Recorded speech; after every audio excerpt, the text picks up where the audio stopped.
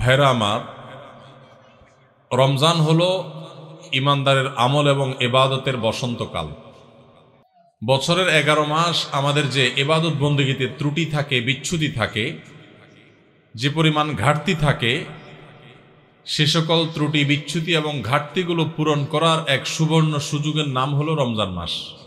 একজন ব্যবসায়ী যেরকম তার ব্যবসার সারা বছরের ঘাটতি পোষায় নিতে পারেন সিজনের ব্যবসা দিয়া, ইমানদার তার 11 মাসের ইবাদত বন্দেগী, আখিরাতের পথে যাত্রার যে পাথেয় সংগ্রহ করা, সেই সংগ্রহ করার বিষয়ে যে তার ঘাটতি থাকে, ত্রুটি থাকে, বিচ্যুতি থাকে, সেটা তার পোষানোর সুযোগ আসে রমজান মাসে। সেই রমজান আমাদের কড়া নাড়ছে আমাদের দুয়ারে এসে।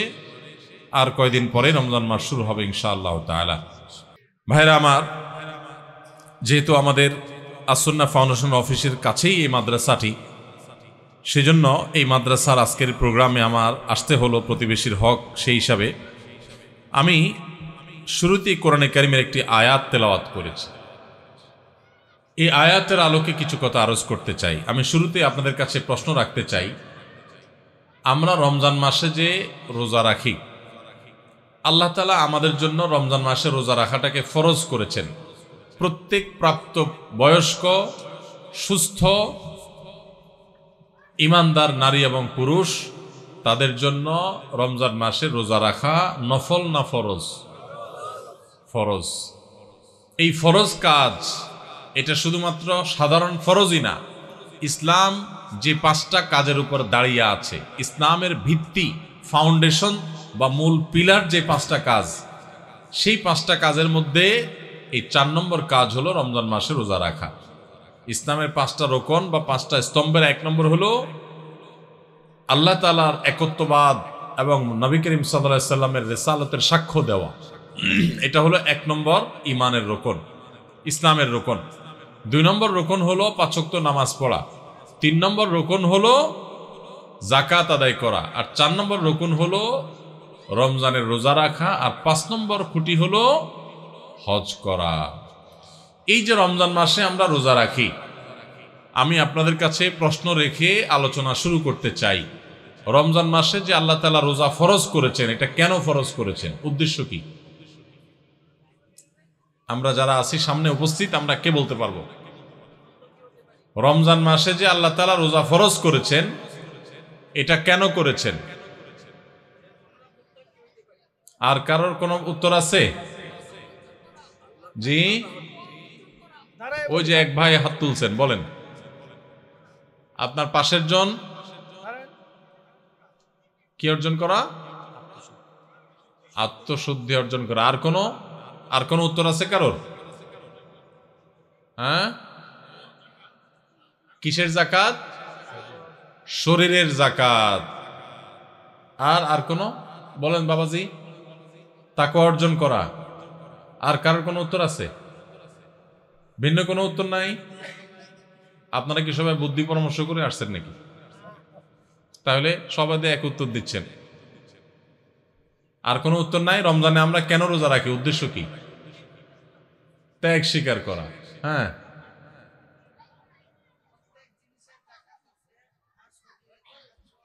শরীরের যাকাত আদায় করা। বলেন আর কোনো? কিসের জন্য? বুঝি নাই। নফসের নির্দেশ থেকে দূরে থাকার জন্য। মাশাআল্লাহ। আর কোনটা? হ্যাঁ, জি, আল্লাহ তাআলার সন্তুষ্টি নৈকট্য অর্জন করা। আচ্ছা, আল্লাহর দিদার লাভ করার জন্য। মাশাআল্লাহ, যতগুলো আইটেম হয়ে গেছে, একটা ছোটখাটো বই হয়ে যাবে। কি বলেন? আর বাকি আছে কোনটা?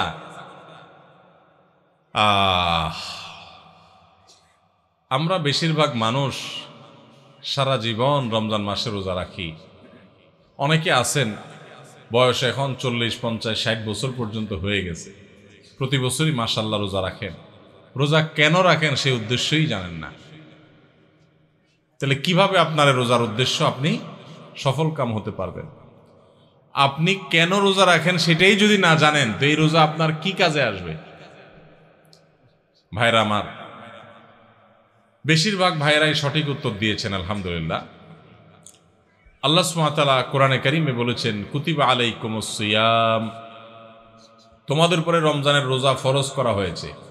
কামা কুতিবা আলাল্লাযীনা মিন ক্বাবলিকুম, যেমন তোমাদের পূর্বে যত জাতি এসেছে পৃথিবীতে সবার উপরে রমজানের রোজা ফরজ করা হয়েছিল। তো একইভাবে তোমাদের উপরে রোজা ফরজ করা হয়েছে। সবার উপরে রোজা ছিল আর তোমাদের উপরেও রোজা ফরজ করা হয়েছে। তো রোজা কেন ফরজ করা হয়েছে? লাআল্লাকুম তাত্তাকুন, আশা করা যায় এই সম্ভাবনা তৈরি হবে যে রোজা রাখলে তোমরা তাকওয়া অর্জন করতে পারবা, মুত্তাকি হতে পারবা। তাকওয়া অর্জন করা আর মুত্তাকি হওয়ার মানে হলো আল্লাহর ভয় থেকে, আল্লাহর প্রতি শ্রদ্ধা থেকে, আল্লাহর সকল আদেশ নিষেধগুলো মেনে চলা, এর নাম হলো তাকওয়া। তাকওয়া হলো কি? আল্লাহর ভয়ে, যে আল্লাহর সামনে দাঁড়াতে হবে, আল্লাহর সমস্ত আদেশ নিষেধ আমাকে মেনে চলতে হবে, সেই চেতনা থেকে আল্লাহর সমস্ত আদেশ সকল নিষেধগুলো থেকে বেঁচে থাকা, সকল আদেশগুলো মেনে চলা আর সকল নিষেধ থেকে বেঁচে থাকা, এর নাম কি? তাকওয়া। রমজানে আমরা রোজা রাখি মূলত এই তাকওয়া অর্জন করার জন্য। তাকওয়া শিখায় আমাদেরকে রোজা। এখন প্রশ্ন উঠতে পারে যে রমজানের রোজা কিভাবে আমাদেরকে তাকওয়া শিখায়। এখানে একজনে প্রশ্ন উত্তর দিচ্ছেন যে আমরা রোজা রাখি আল্লাহকে খুশি করার জন্য, আল্লাহর সন্তুষ্টির জন্য, আল্লাহর দিদারের জন্য। আরেকজন বলেছেন আল্লাহর নৈকট্য অর্জন করার জন্য। এই উত্তরগুলো সবগুলোই ঠিক আছে, কিন্তু এগুলো হলো রোজার দূরবর্তী উদ্দেশ্য। রোজার একটা নিকটবর্তী উদ্দেশ্য আছে, আরেকটা আছে দূরবর্তী উদ্দেশ্য। আমরা অনেক কাজ করি, যে কাজগুলোর একটা প্রাথমিক উদ্দেশ্য থাকে, আরেকটা থাকে চূড়ান্ত উদ্দেশ্য। যেমন আপনি এখান থেকে রিকশায় উঠেছেন, রিকশায় উঠে আপনি মেইন রোডে যাবেন, বাড্ডা যাবেন, আফতাবনগর গেইটে যাবেন, রিকশায় উঠেছেন। আপনি আসলে বের হয়েছেন, আপনার মতিঝিলে কোনো কাজ আছে। তো আপনি যে রিকশায় উঠছেন, আপনাকে কেউ যদি জিজ্ঞাসা করে কই যাচ্ছেন, তখন এটার দুইটা উত্তর হতে পারে। একটা হতে পারে ভাই রিকশায় চড়ছি, রিকশায় করে আফতাবনগর যাব, বা রিকশায় করে বাড্ডা পর্যন্ত যাব। আরেকটা উত্তর হতে পারে ভাই মতিঝিল যাব, কারণ মতিঝিলে আপনি যাবেন, ওইটাই মূল উদ্দেশ্য। তো মতিঝিল গেলেও রিকশায় তো আর মতিঝিল যাবেন না, রিকশায় আপনি মেইন রোড পর্যন্ত যাবেন, এরপরে বাসে সিএনজিতে করে আপনি বা অন্য কোনো কিছুতে করে আপনি মতিঝিল যাবেন।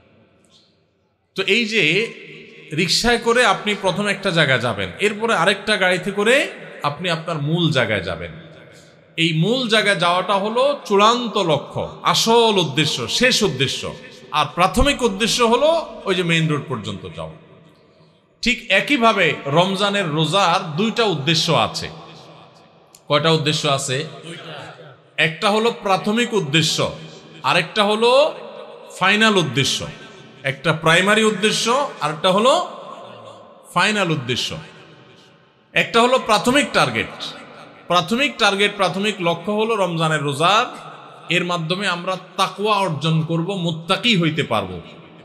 আর রোজার শেষ টার্গেট, চূড়ান্ত লক্ষ্য এবং যেখানে শেষ পর্যন্ত যেতে চাই, ওই যে শেষ গন্তব্য যেরকম মতিঝিল যাওয়া, এরকম রোজার শেষ গন্তব্য হলো আল্লাহকে সন্তুষ্ট করে জান্নাতে যাওয়া। এইটা হলো রোজার শেষ উদ্দেশ্য, ফাইনাল উদ্দেশ্য।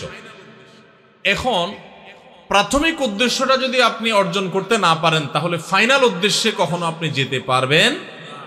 আপনার মতিঝিলে যেতে হলে আপনাকে মেইন রোড পর্যন্ত, আগে মেইন রোড পর্যন্ত যদি আপনি যেতে না পারেন, তাহলে মতিঝিলে যেতে পারবেন। ঠিক একইভাবে রমজানের রোজা থেকে আগে আপনাকে মুত্তাকি হইতে হবে, আগে তাকওয়া অর্জন করতে হবে। রোজা রাখছেন, মুত্তাকি হইতে পারেন নাই, রোজা রাখছেন, তাকওয়া অর্জন করতে পারেন নাই, তাহলে আপনার ওই মেইন রোড পর্যন্ত যাওয়া হয় নাই। অতএব মতিঝিল পর্যন্ত যাওয়া, অর্থাৎ জান্নাত পর্যন্ত যাওয়া, আল্লাহর সন্তুষ্টি লাভ, সেটাও অর্জন হবে না। আমি কি বুঝাইতে পারছি ভাইরা আমার?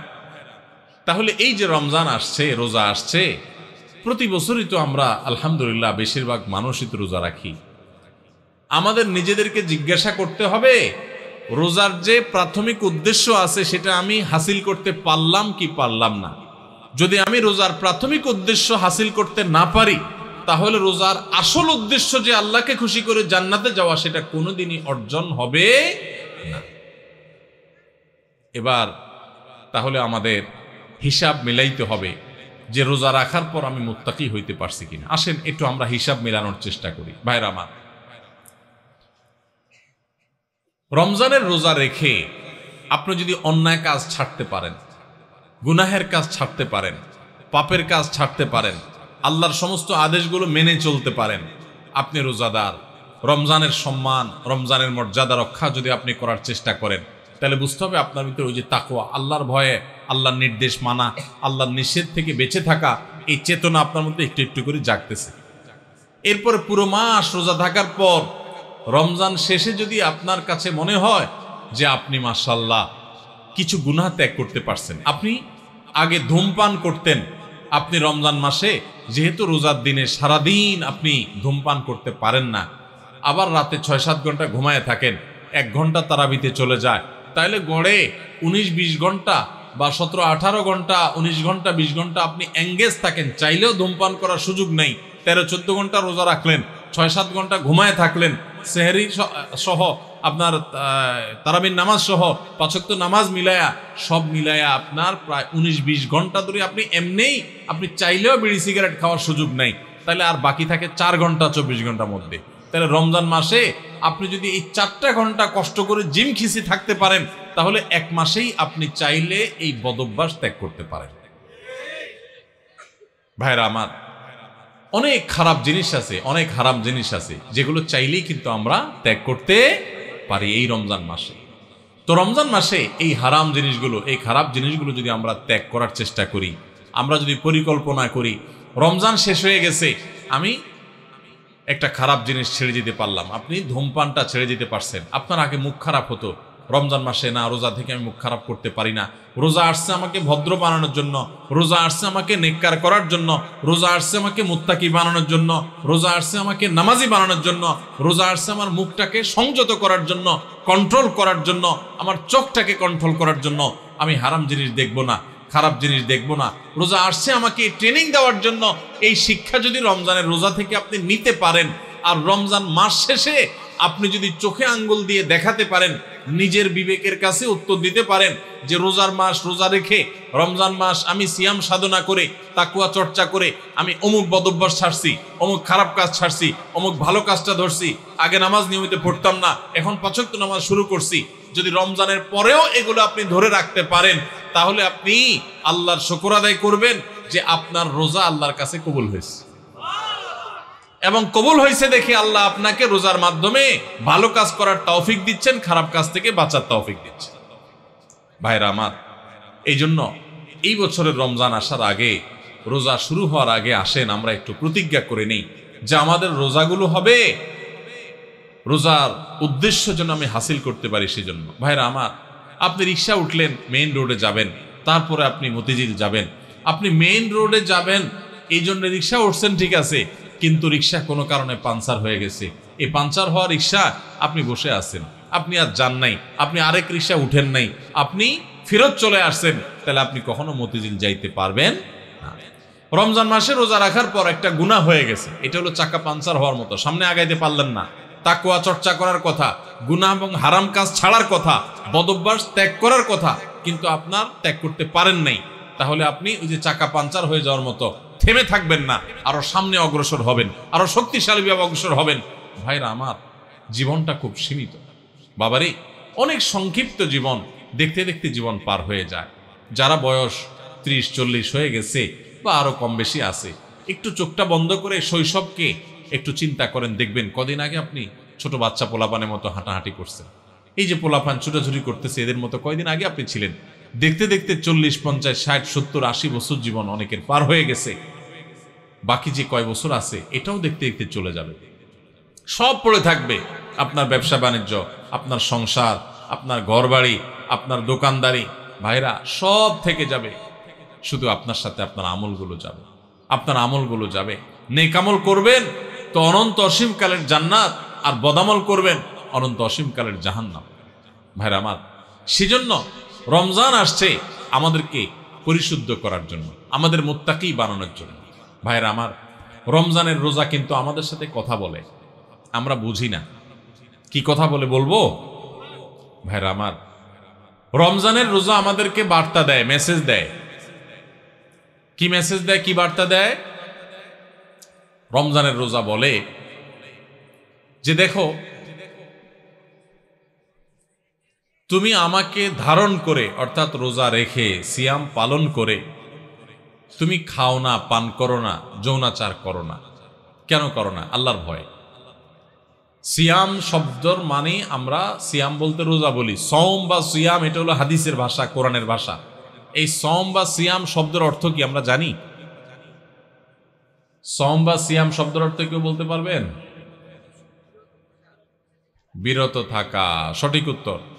সওম বা সিয়াম শব্দের অর্থ কি ভাই? বিরত থাকা। তার মানে সওম বা সিয়াম বা রোজা এটা আমাদেরকে বিরত থাকা শিখায়। কিভাবে বিরত থাকা শিখায়? আপনি রোজা রাখছেন, খুব ক্ষুধা লাগছে, খানাও আছে। রোজা রাখছেন, খুব পিপাসা লাগছে, আবার খানাও আছে, পানিও আছে সামনে। মানুষ খায় তখন। এই যে ক্ষুধাও আছে আবার সামনে খাবারও আছে, কিন্তু সে খাচ্ছে না, তাহলে সে কি করলো? বিরত থাকলো। সে খানা থেকে কি থাকলো? বিরত থাকলো। পানি আছে সামনে, সে চাইলেই পান করতে পারে, আবার পিপাসাও লাগছে, কিন্তু যেহেতু সে রোজা আছে এই জন্য সে পানি খায় না, তাহলে সে কি করলো? বিরত থাকলো। পানি পান থেকে কি করলো? বিরত থাকলো। আচ্ছা আপনারা বলেন, রমজান মাসে আমরা যে খাই না বা পান করি না রোজা রেখে, আমাদের বাসা যে খাবার থাকে হালাল খাবার, কোনো চোরাই টাকা দিয়ে কিনা না, রতের কামাই করা, পরিশ্রম করে উপার্জন করে আপনি কামাই করছেন, সে কামাই করা টাকার খাবার আপনার ঘরে আছে। আপনি এক বোতল পানি দোকান থেকে কিনে আনছেন, সম্পূর্ণ হালাল, কিন্তু এই হালাল খানাটা পর্যন্ত রমজান মাসে দিনের বেলায় খাওয়া যাবে কি যাবে না? রোজা রেখে এই হালাল খানাটাও খাওয়া। যেই রমজান মাসে আল্লাহ তাআলা দিনের বেলায় হালাল খানাটা পর্যন্ত খাওয়া নিষেধ করে দিয়েছেন, তাহলে সেই রমজান মাসে রোজা রেখে আপনি যদি মিথ্যা কথা বলেন, হারাম কথা বলেন, গালিগালাজ করেন, অশ্লীল কথা বলেন, মন্দ কথা বলেন, মিথ্যা কথা বলেন, তাহলে সেটা কত বড় জঘন্য অপরাধ হতে পারে আপনি চিন্তা করেন। যে রমজান মাসে দিনের বেলায় হালাল খানা পর্যন্ত আল্লাহ তাআলা সেখান থেকে বিরত থাকতে বলছেন, তাহলে হারামগুলো থেকে বিরত থাকার গুরুত্ব কত বেশি। রমজানের রোজা আমাদেরকে বলে, দেখো তুমি যখন ক্ষুধার্ত থাকো রোজা রেখে, তোমার সামনে খাবার থাকে তবুও তুমি খাও না। তোমার যখন পিপাসা লাগে, তোমার সামনে পানি আছে, তারপরও তুমি খাও না। এমন কি মানুষের সামনেও মানুষ রোজা রেখে খায় না, আবার মানুষের চোখের আড়াল হলেও রোজা রেখে কেউ চুরি করে খায়। পিচি পোলাপান তো খাইতে পারে, তাও খায় না মনে হয়, পোলাপানও খায় না, তাই না? যে লোকটা সবার সাথে চিটারি বাটপারি করে, কথায় কথায় মিথ্যা কথা বলে, সেই লোকটাও যদি রোজা রাখে কষ্ট হয়। রুমে একা একা আছে, কেউ নাই, তারপরও সে কি লুকায় পানি খায়? খায় না। কেন খায় না? কারণ যেই আল্লাহর জন্য রোজা রাখছে, এই রুমে কেউ না দেখলে কি হবে? সে আল্লাহ দেখেন, আল্লাহর ভয়ে সে কিন্তু কিছু খায়। তো রোজা আমাদেরকে বলে, ও রোজাদার, ও আল্লাহর বান্দা, তুমি যে আল্লাহর ভয়ে রোজা রেখে পানিটা খাচ্ছ না, তোমার পিপাসা আছে, খাবারটা নিচ্ছ না, তোমার ক্ষুধা আছে, তারপরও কেউ দেখতেছে না, সিসি ক্যামেরাও নাই, রুমে দরজাও আটকানো, ফ্রিজে খাবার আছে, ঠান্ডা পানি আছে, সবকিছু আছে, ক্ষুধা তৃষ্ণাও আছে, তারপরও তুমি খাচ্ছ না, পান করতেছো না, কেউ দেখছে না, তারপরও তুমি করতেছো না কেন?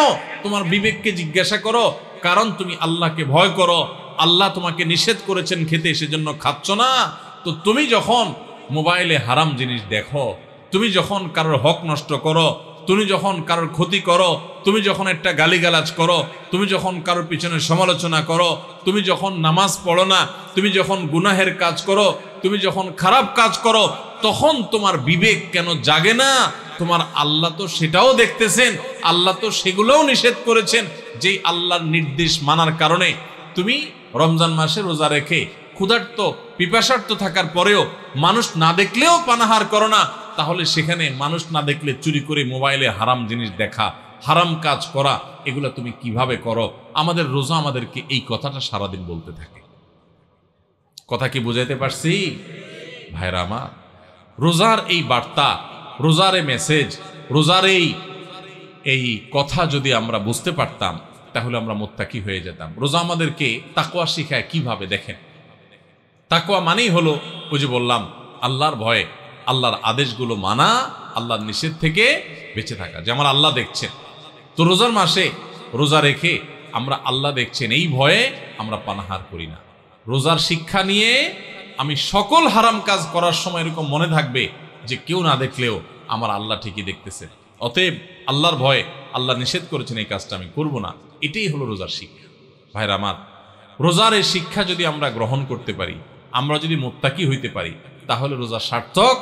আর যদি সেটা না পারি তাহলে এই রোজা সার্থক না, এই রোজার উপকারিতা আমরা পাইলাম না। এই রোজা আমাকে মেইন রোড পর্যন্ত নেয় নাই, এই রোজা আমাকে মুত্তাকি বানাই নাই, যেই রোজা আমাকে ভালো মানুষ বানাই নাই, যেই রোজা আমাকে অন্যায় থেকে বাঁচাই নাই, এই রোজা আর উপবাস থাকার মধ্যে খুব বেশি পার্থক্য নেই। আমার কথা না, আমাদের প্রিয় নবী সাল্লাল্লাহু আলাইহি সাল্লামের কথা। তিনি বলেছেন, মাল্লাম ইয়াদা কাওলাজ যুরি ওয়াল আমালি বিহি ফালাইসা লিল্লাহি হাজা আন ইয়াদা তাআমাহু ওয়া শারাবাহু। যে ব্যক্তি রোজা রেখে মিথ্যা কথা ছাড়লো না, মিথ্যা কাজ ছাড়লো না, দুই নম্বরই ছাড়লো না, চিটারি বাটপারি ছাড়লো না, এই ব্যক্তি উপবাস থাকায় আল্লাহর কোনো ঠেকা পড়ে নাই। তার মানে তার রোজা থাকা উপবাস থাকার মতো। এই জন্য ভাইরা, রোজা রেখে সমস্ত অন্যায় কাজ ছাড়বো তো ইনশাআল্লাহ।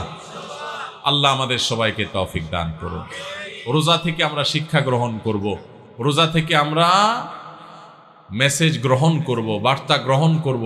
রোজা আমাদেরকে কি বলে সেটা বোঝার চেষ্টা করব। রোজা আমাদেরকে বলে, বান্দা তুমি এই যে আল্লাহর ভয়ে পানাহার থেকে বিরত থাকতেছো রোজা রেখে, এখান থেকে তোমার তাকওয়ার ট্রেনিং হচ্ছে, তাকওয়ার প্রশিক্ষণ হচ্ছে, যে তোমার চাহিদা আছে, খাবারও সামনে আছে, খাচ্ছ না। দেখেন, মাগরিবের আজান হবে, সূর্য ডুববে, সূর্য ডুবার পর মুয়াজ্জিন সাহেব আজান দিবেন, আমরা সামনে খাবার নিয়ে, ইফতারি নিয়ে অপেক্ষা করি। সবার ক্ষুধা থাকে, তাই না? এই যে ক্ষুধার্ত অবস্থায় সবার সামনে খাবার আছে, সবগুলো মানুষ যদি রোজাদার থাকেন, কেউ কিন্তু খাবার খায় না। হ্যাঁ, সবাই বসে আছে। কিসের জন্য? কিসের অপেক্ষা বসে আছে? যে আল্লাহর নির্দেশ হবে, সূর্য ডুবলে তখন খাওয়া যাবে, আল্লাহর পারমিশন হবে, এটার জন্য কি করতেছে? সে বসে আছে। আল্লাহু আকবার। এখান থেকে শিক্ষা নেই আমরা যে আমার সামনে যখন কোনো টাকা পয়সা কামাই করার সুযোগ আসবে, আপনি একজন দোকানদার মানুষ, দোকানদারি করেন, আপনি দোকানদারি করার সময় আপনি চিন্তা করবেন, আমি আমার কাস্টমার থেকে যে 10টা টাকা নেব, লাভ করব, এখানে আল্লাহর পারমিশন আছে কিনা।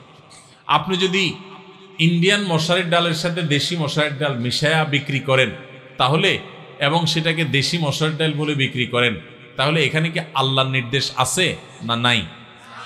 আল্লাহর নির্দেশ আপনার অবৈধ কাজ করার, 2 নম্বরই কাজ করার, প্রতারণা করার, মিথ্যা কথা বলার পক্ষে কি আল্লাহর নির্দেশ আছে? তো আপনার রোজা রেখে এই যে ইফতার করছেন না, কেন করছেন না? খাই ফেলান না, কেন খাচ্ছেন না? কারণ এখনো আল্লাহর হুকুম। তাহলে ওই দোকানদারি করতে গিয়ে আপনি যে 2 নম্বরই করতেছেন, ওইটারও আল্লাহর হুকুম। আপনি এক জায়গায় আল্লাহর হুকুম মানতেছেন, আর জায়গা মানতেছেন না, তাহলে বলে গেল, আপনি বোঝা গেল আপনি খাঁটি মুসলমান হইতে পারেন নাই। যেই রোজাদার রোজা রাখার পর এই জিনিসটা শিখতে পারছে যে হাইরে, রোজা তো আমাকে বলে যে তুমি আমাকে রাখার পর যেভাবে আল্লাহকে ভয় করতেছো, এখান থেকে ট্রেনিং নিয়ে তুমি সারা বছর সব ক্ষেত্রে আল্লাহকে ভয় করে চলবা। আল্লাহ আমার জন্য হারাম করছেন, আমার কষ্ট হবে, আমার টাকার দরকার, আমার অনেক অভাব আছে, তারপর আমি 2 নম্বর পথে কামাই করব না। আমার অনেক জেদ হয়েছে, আমার অনেক গোসা হয়েছে, তারপর মুখ দিয়ে একটা খারাপ কথা বলবো না। আমার গায়ে অনেক জোর আছে, অনেক বাহুতে ক্ষমতা আছে, তারপর একজনের প্রতি জুলুম করব না। এটাই রোজা আমাদেরকে শিখায়। ভাইরা আমার, সারা দেশে লক্ষ লক্ষ মানুষ আমরা রোজা রাখি, কিন্তু আমাদের জীবনে কোনো পরিবর্তন নাই। আমরা রোজা রাখি, দুর্নীতি করি, রোজা রাখি, ঘুষ খাই, রোজা রেখে আবার আমরা মিথ্যা কথা বলি, রোজা রেখে আমরা আবার চিটারি বাটপারি করি, রোজা রেখে আমরা আবার মানুষের হক নষ্ট করি, রোজা রেখে আমরা অনেকে গালিগালাজ করি, রোজা রেখে আমরা অনেকে মানুষের অধিকার নষ্ট করি। কারণ ওই যে রোজার মর্ম আমরা বুঝতে পারি নাই। ভাইরে, শুধু ইফতার আর সাহরি খাওয়ার নাম রোজা না। ইফতার করা আর সাহরি করার নাম কি না? রোজা না। এটাতে রোজার স্ট্রাকচার দাঁড়ায়, কিন্তু রোজা ফাইনাল হয়, কমপ্লিট হয়, ফিনিশিং হয়, পূর্ণাঙ্গতা পায় যদি রোজা রেখে আপনি মুত্তাকি হইতে পারেন, যদি রোজা রেখে আপনি হারাম কাজ ছাড়তে পারেন, যদি রোজা রেখে আপনি খারাপ কাজ ছাড়তে পারেন। নবী করিম সাল্লাল্লাহু আলাইহি ওয়াসাল্লামের সেই হাদিসের দিকে তাকান, তিনি কি বলেছেন?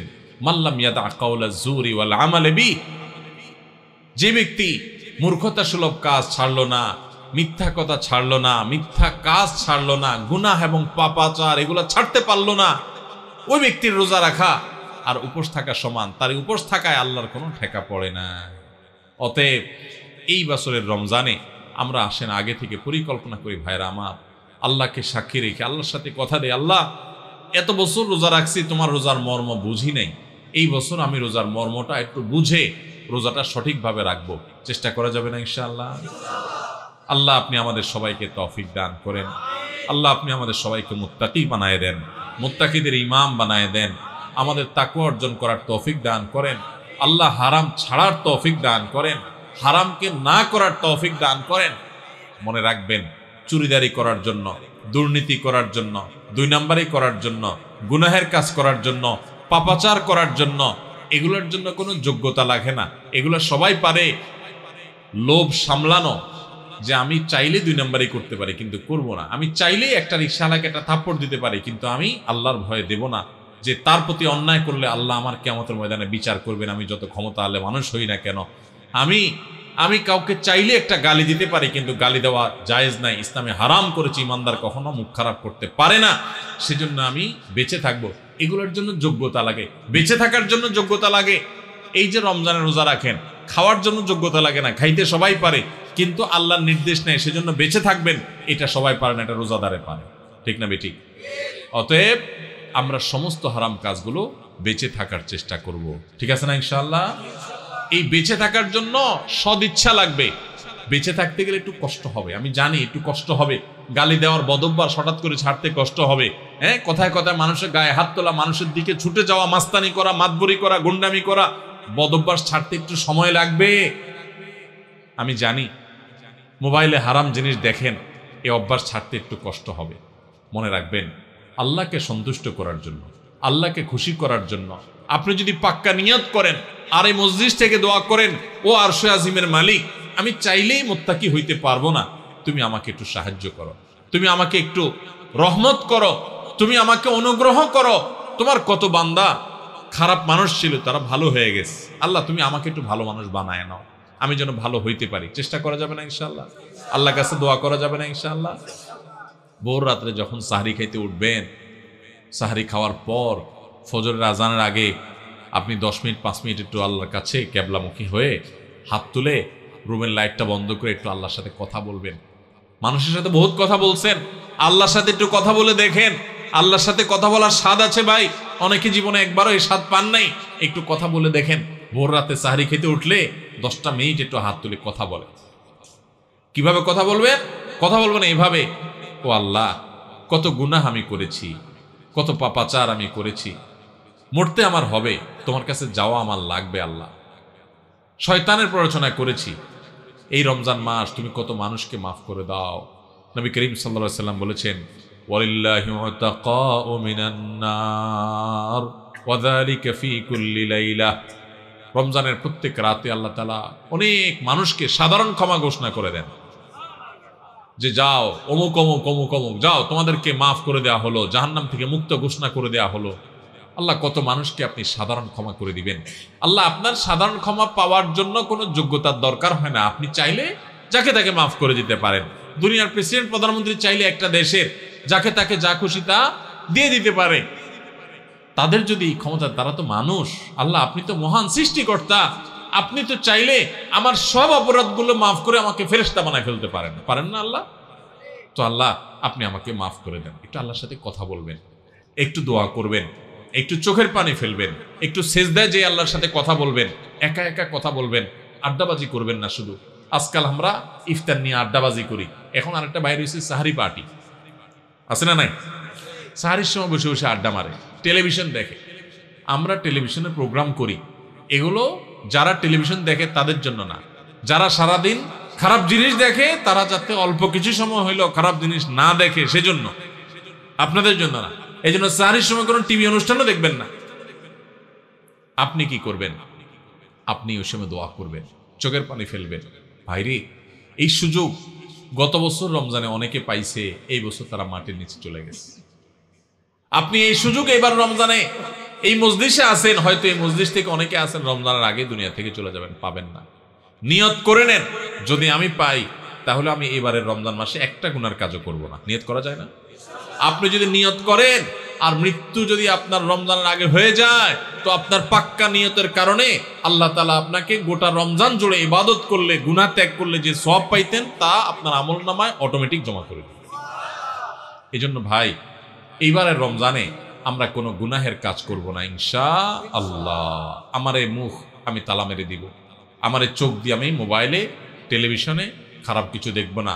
রাস্তা যখন হাঁটবো, মেয়েদের সৌন্দর্য দেখে দেখে মনে মনে খারাপ চিন্তা করব, আমি সে হারাম কাজ করব না। নিজের চোখকে আমি সংযত করে ফেলবো আল্লাহর ভয়ে।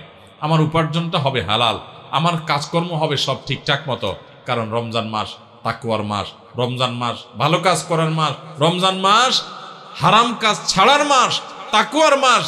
আগেই বলছি, রমজানের রোজার উদ্দেশ্যই হলো তাকওয়া অর্জন করা। আপনি তাকওয়াই যদি অর্জন করতে না পারেন, এই রোজা রাখার কোনো মানে নাই।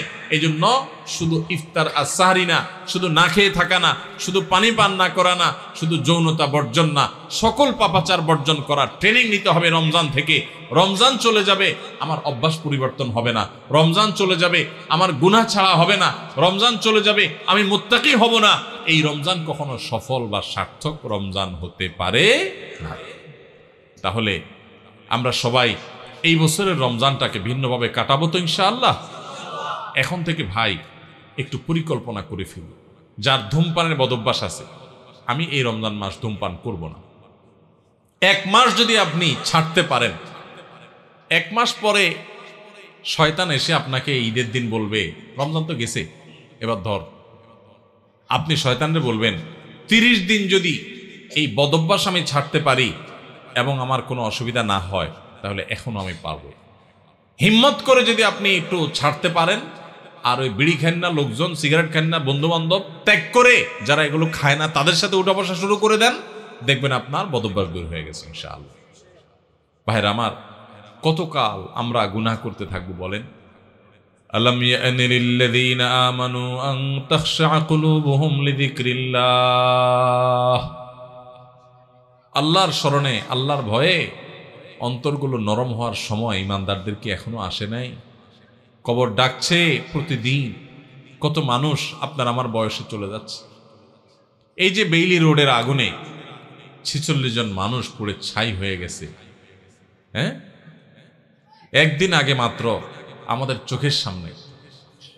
ভাই আমার, আপনি যে ঘুমায় থাকেন রাতে, আমি যে ঘুমায় থাকি রাতে, ওই রাতে ভূমিকম্পে, একটা অগ্নিকাণ্ডে, একটা দুর্ঘটনায় মুহূর্তের ভিতরে যে আমি ছাই হয়ে যাব না, কোনো গ্যারান্টি আছে? ওই 46 জন মানুষ যারা আগুনে পড়ে ছাই হয়ে গেছে, তাদের মধ্যে অনেকেই আপনার মতো এরকম পরিকল্পনা ছিল যে সে এটা করবে, সে ওইটা করবে, হ্যাঁ, সে অমুকের সাথে আড্ডা মারবে, হোস্টেল থেকে আপনার রেস্টুরেন্ট থেকে বের হয়ে এসে সে অমুক কাজ করবে, পরের দিন তমুক কাজ করবে। কত প্ল্যান প্রোগ্রাম ছিল, তাই না? কোথায় এখন প্ল্যান প্রোগ্রাম? আহা, মৃত্যু আমাদের প্রত্যেকটা মানুষকে প্রতিদিন মেসেজ দেয়, কিন্তু আমরা গ্রহণ করি না। আল্লাহ রাব্বুল আলামিন আপনাকে, আমাকে, আমাদের সবাইকে মুত্তাকি হওয়ার তৌফিক দান করুন। সবাইকে আল্লাহ তাআলা নেককার হওয়ার তৌফিক দান করুন। আল্লাহর ইমানদার বান্দা হওয়ার তৌফিক দান করুন। তাহলে ভাইরা, আমরা এই রমজান উপলক্ষে কে কোন বদভ্যাস ছাড়বো এখন থেকে পরিকল্পনা করি। যার মুখ খারাপ বদভ্যাস আছে, মুখ খারাপ করবো না। মুখ খারাপ হলে নিজের প্রতি নিজে শাসন করব যে আমি রোজা থেকে কেন মুখ খারাপ করলাম, তাহলে এটার শাস্তি স্বরূপ আমি 2 রাকাত নফল নামাজ পড়ব। এটার শাস্তি স্বরূপ আমি 200 টাকা গরিব মানুষকে দিয়ে দিব। এটার শাস্তি স্বরূপ আমি আল্লাহর কাছে 10 মিনিট ধরে ইস্তেগফার করতে থাকবো। এরকম যদি করেন তো দেখবেন আপনার আর ওই বদভ্যাসটা আসবে না। শয়তান দেখবেন আপনাকে আর প্ররোচনা করবে না। চেষ্টা করা যাবে না ইনশাআল্লাহ? তাহলে ভাই, ভিতরে ভিতরে পরিকল্পনা করে ফেলি যে কে কোন বদভ্যাস ছাড়বো, ঠিক আছে না? ভাইরা আমার, সৈয়দ আবুল হাসান আলী নদভী রহমতুল্লাহ আলাইহি ভারতবর্ষের অনেক বড় একজন পণ্ডিত ব্যক্তি ছিলেন। সৈয়দ আবুল হাসান আলী নদভী রহমতুল্লাহ আলাইহি রমজানের রোজা সম্পর্কে বোঝাতে গিয়ে অত্যন্ত চমৎকার একটি উপমা দিয়েছেন, উদাহরণ দিয়েছেন। তিনি বলেছেন, আমরা যে রমজানের রোজা রাখি, এই রোজা আমাদেরকে আরেকটা বড় রোজার কথা বলে। সেটা আবার কোনটা? সেটা হলো আমাদের গোটা জীবনটাই একটা রোজা। রমজানের রোজা এটা যেরকম একটা রোজা, আমাদের পুরা জীবনটাই একটা কি রোজা। কিভাবে? রমজানের রোজা শুরু হয়, প্রতিদিনের রোজাটা শুরু হয় কখন থেকে?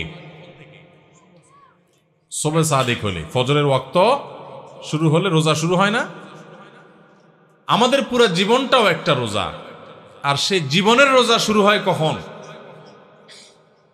জীবনের রোজা শুরু হয় মানুষ যখন বালেগ হয়, প্রাপ্তবয়স্ক হয়। বাচ্চা বয়সে তো ইসলামের কোনো বিধিবিধান তার উপরে প্রযোজ্য না। এগুলো সব তার উপরে প্রযোজ্য হবে, ফিট হবে কখন? সে যখন বালেগ হবে, প্রাপ্তবয়স্ক হবে। তো রমজানের রোজা এটা হলো ছোট রোজা, আয়তনে ছোট, আকারে ছোট। 14 ঘন্টা, 15 ঘন্টা, 16 ঘন্টা, এক এক দেশে এক এক রকম।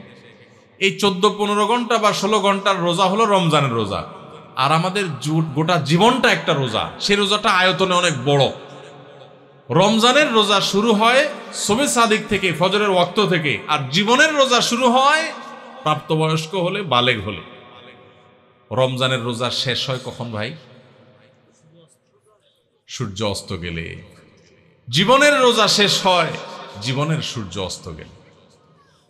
জীবনের রোজা শেষ হয় কখন ভাই? জীবনের সূর্য ডুবে গেলে, মারা গেলে। রমজানের রোজা রেখে যেরকম খাওয়া নিষেধ, পান করা নিষেধ, স্ত্রী সহবাস নিষেধ, যৌনাচার নিষেধ, খারাপ কাজ নিষেধ, গোটা জীবনের বালেগ হওয়া থেকে নিয়ে মরণ পর্যন্ত এই যে গোটা জীবনটা একটা রোজার মতো, এই গোটা জীবনেও কিন্তু চুরি করা নিষেধ, ডাকাতি করা নিষেধ, মদ খাওয়া নিষেধ, বিড়ি সিগারেট খাওয়া নিষেধ, গালিগালাজ করা নিষেধ, নামাজ ত্যাগ করা নিষেধ, চুরি করা নিষেধ, মানুষের হক নষ্ট করা নিষেধ, কারোর ক্ষতি করা নিষেধ। এরকম বহু বিষয় আমাদের জীবনে নিষেধ কি নিষেধ না? রমজানের রোজা যেরকম অনেকগুলো জিনিস নিষেধ, জীবনের রোজাতেও অনেকগুলো জিনিস নিষেধ। ভাইরা আমার, পার্থক্য শুধু একটা জায়গায়। সেটা কোথায়? সেটা হলো রমজানের রোজা যদি ভেঙে যায়, রমজানের রোজা যদি ভেঙে যায় তাহলে ওইটা তখন আর জোড়া দেওয়া যায় না। কিন্তু জীবনের রোজা যদি ভেঙে যায়, আপনি জীবনের রোজা রেখে পাপাচার করার কথা না, কিন্তু একটা পাপ করে ফেলছেন, তাহলে রোজা ভেঙে গেল, জীবনের রোজা। তো সাথে সাথে আপনি চাইলে তওবা করে আল্লাহর কাছে যদি মাপ চান যে আল্লাহ আমার ভুল হয়ে গেছে, আর আমি করব না, তো তওবা যদি করতে পারেন, খাঁটি তওবা, তাহলে আপনার সেই ভুল আল্লাহ মাফ করে দিবেন, আবার নতুন করে রোজা কন্টিনিউ হবে। কথা কি বুঝাইতে পারছি? তাহলে রমজানের রোজাটাও একটা রোজা, আমাদের পুরো জীবনের রোজাটাও একটা। রমজানের রোজার শুরু আছে, শেষ আছে, জীবনের রোজারও শুরু আছে। রমজানের রোজাতে আমরা যদি কোনো কিছু খেয়ে পান করে রোজা ভেঙে ফেলি, এটা জোড়া লাগানো যায় না, কারণ 12-14 ঘন্টার রোজা। ওইটা যেহেতু সারা জীবনের 50-60 বছরের রোজা, এই জন্য ওখানে যদি রোজা ভঙ্গ হয়ে যায়, তওবা করে সাথে সাথে জোড়া লাগানো যায়।